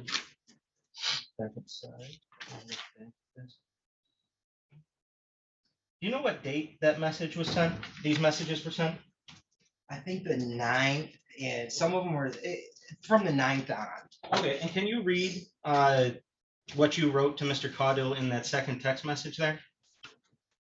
He said, so you weren't here yesterday? And what was your response to that? Last time I was there, your shit was in your room, door shut. But you just testified that last time you were there, you cleaned out his room. No, well, I did leave some things that were worth value. His dog kennel and his rims, I left in the center of the room, the things that I thought he would want. So like the things that I was able to keep some things in the center and still clean. So you didn't think he would want his Bluetooth speaker, headphones, and tablet? Because you admitted on on direct examination that you boxed those things up. Right. Well, at the time, those things were amongst other things. This was a job that wasn't just done by me. This was I had people help me. This wasn't just me cleaning my whole apartment by myself. This was I had other people help me, and they were following my instructions to clean the house out. And Nick didn't come get his stuff, and he didn't text me. So I told them to put his shit out by the road. That was my direction to them. Put his shit out by the road. And then once they said, well, what about these rims and the dog cage? I said, just put that in the center of the room. Okay, and then if I may approach again, Your Honor. You may. Back to one other. Let me see. And the jury will get to deliberate and see that exhibit in deliberation. And then again, I'm not sure exactly what page this is, but it is, for the record, it starts with a text message that says, I texted you on the 6th and you said it was all good and you would leave key. But for the record, can you please read for me? It would be the 4th full message down there that you wrote to Mr. Caudill. 4th full message. Starts with if that's. If that's your story, bro, do what you have to do, but you know damn well I ain't never taking your shit. But you did take his stuff. This was, so he was baiting me into a bunch of things. He was saying he had an Xbox stolen, which he never even had an Xbox. He was saying that he had designer watches stolen. I've never seen him wear a watch in my life. So he was baiting me into, so what I said was basically your stuff was supposed to be moved out by the 6th. It's no longer your stuff. So I didn't steal your stuff. It's not your stuff. Your stuff is now my stuff because it was supposed to be gone. I was upset in these messages. So I was. So it's your opinion that if an item is left behind after a lease is up, then whoever owns that item has surrendered any property interest in it. Is that correct? Say that again. So you're saying if that I left an item behind. You're saying that if anyone has left an item behind after a lease is up, then it is automatically no longer their property. Yeah, that's would be my assumption. So when you were cleaning out, the, I believe it's a duplex. Again, did you ever have permission from Mr. Caudill to remove the items from his room? Why would I need permission? It was my apartment, my lease. He was a guest. Because he was paying you rent for it. When he could, he was paying what he could. I was helping him. He was supposed to have his stuff moved out. I expressed to him that he had to have his stuff out, and he just ignored me. Okay, but even after you removed his, and like I said, as you admitted, you removed the speaker, the headphones, and the tablet. After you said, I believe you said in direct that it was about a month after you opened up the box with those in it. Did you ever attempt to contact Mr. Caudill to come get his stuff before you decided to sell it? No.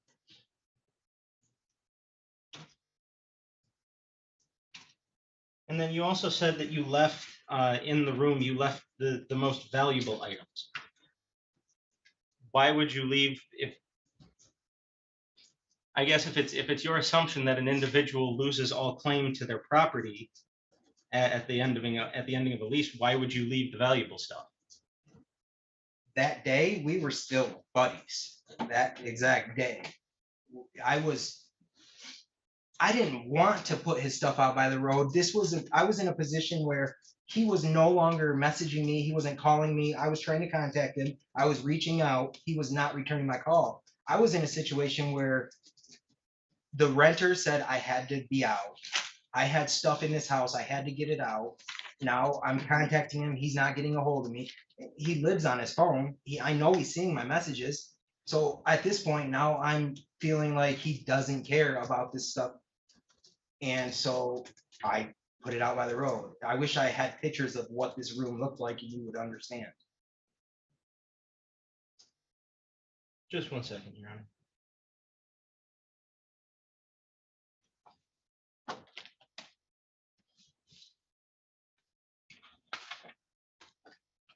No further questions, Your Honor.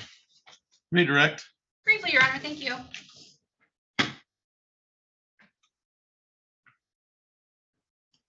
Great.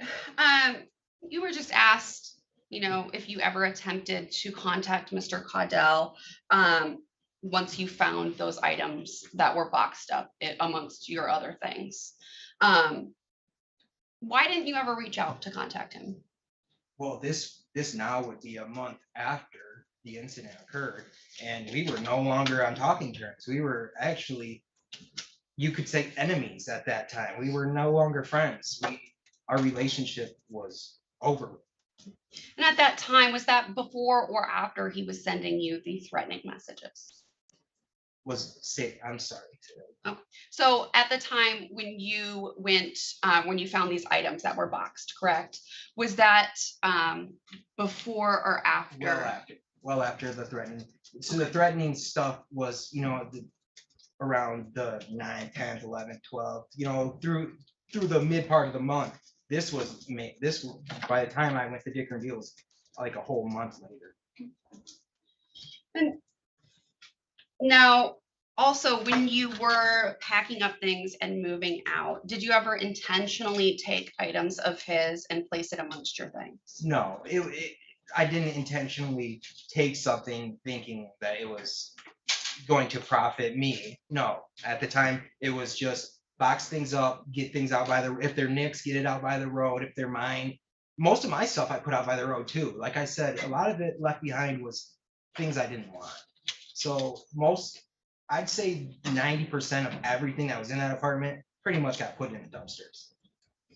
And you needed to do this because you needed to be out by a certain date, yes. Correct? And whose name was on the lease? Mine. Was anybody else's name on the lease? No. So who was responsible for the security deposit? I was. Anybody else? No. Nothing further. Any objection to the witness being excused from the defense? Well, no. From the people? No objection, Your Honor. Okay, without objection, witness, you're excused. Thank you for your appearance today. Does the defense have any further proofs? We do not, Your Honor. All right, does the defense rest? We do at this time. All right. I mean, any rebuttal evidence from the people? Nothing from the people, Your Honor. All right. I'm sorry. I just have these back to publish. All right, yeah, you can, then the jury will take that. That's an exhibit now, so you'll take that into deliberations. Okay.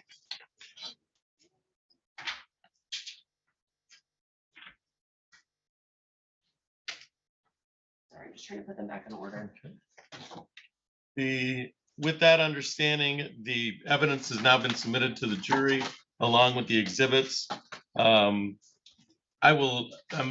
We'll leave the exhibits out. What we're going to do is take about a 10-minute break, make sure that the jury instructions, that both counsel see jury instructions. You're going to get a copy of the jury instructions to take back with you when you deliberate. So we'll give you your own copy of it at this time. So we'll take about a 10-minute break, and then we'll continue with closing arguments and our final instructions before we allow you to deliberate. Any questions concerning the procedure from the people?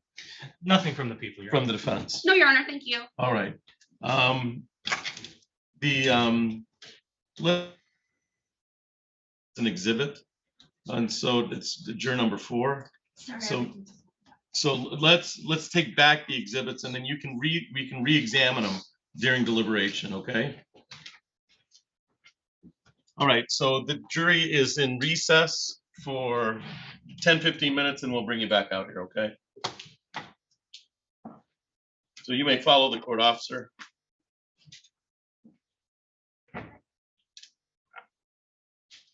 You can give the exhibit to the, thank you.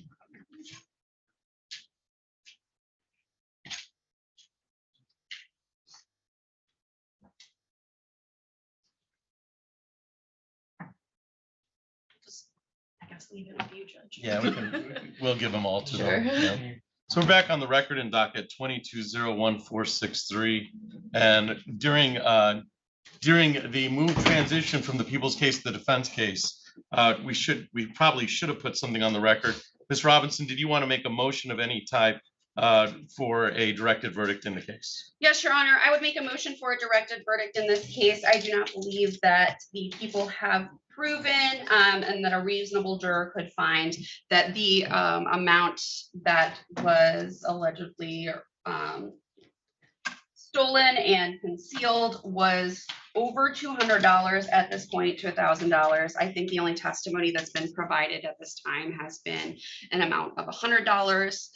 While we did hear from Dicker and Deal that there is a possibility of markup, there was absolutely no testimony about what that markup would be in this case or how much these items were worth.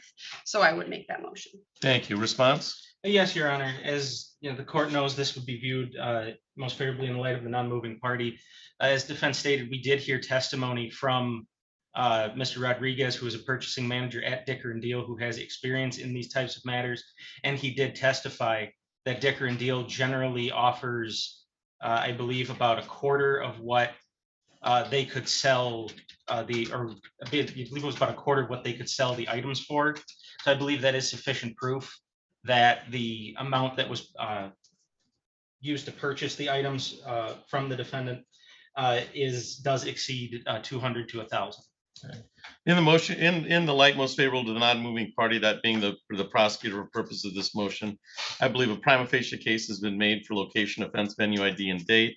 In regards to the elements of the crime, there was testimony from the manager of Dicker and Deal that indicated that they pay a quarter of what they pay out a quarter to sell it back for a half, which would put us right at the level, if not more, over the level of $200. There's also been plenty of evidence for the jury to consider in regards to value, and they will get an instruction on that. So the motion for directed verdict is denied. I'm glad we put it on the record. Now I'm going to have counsel come back with me, and I'm going to show you what we've looked at in regards to instructions and what we intend on printing off.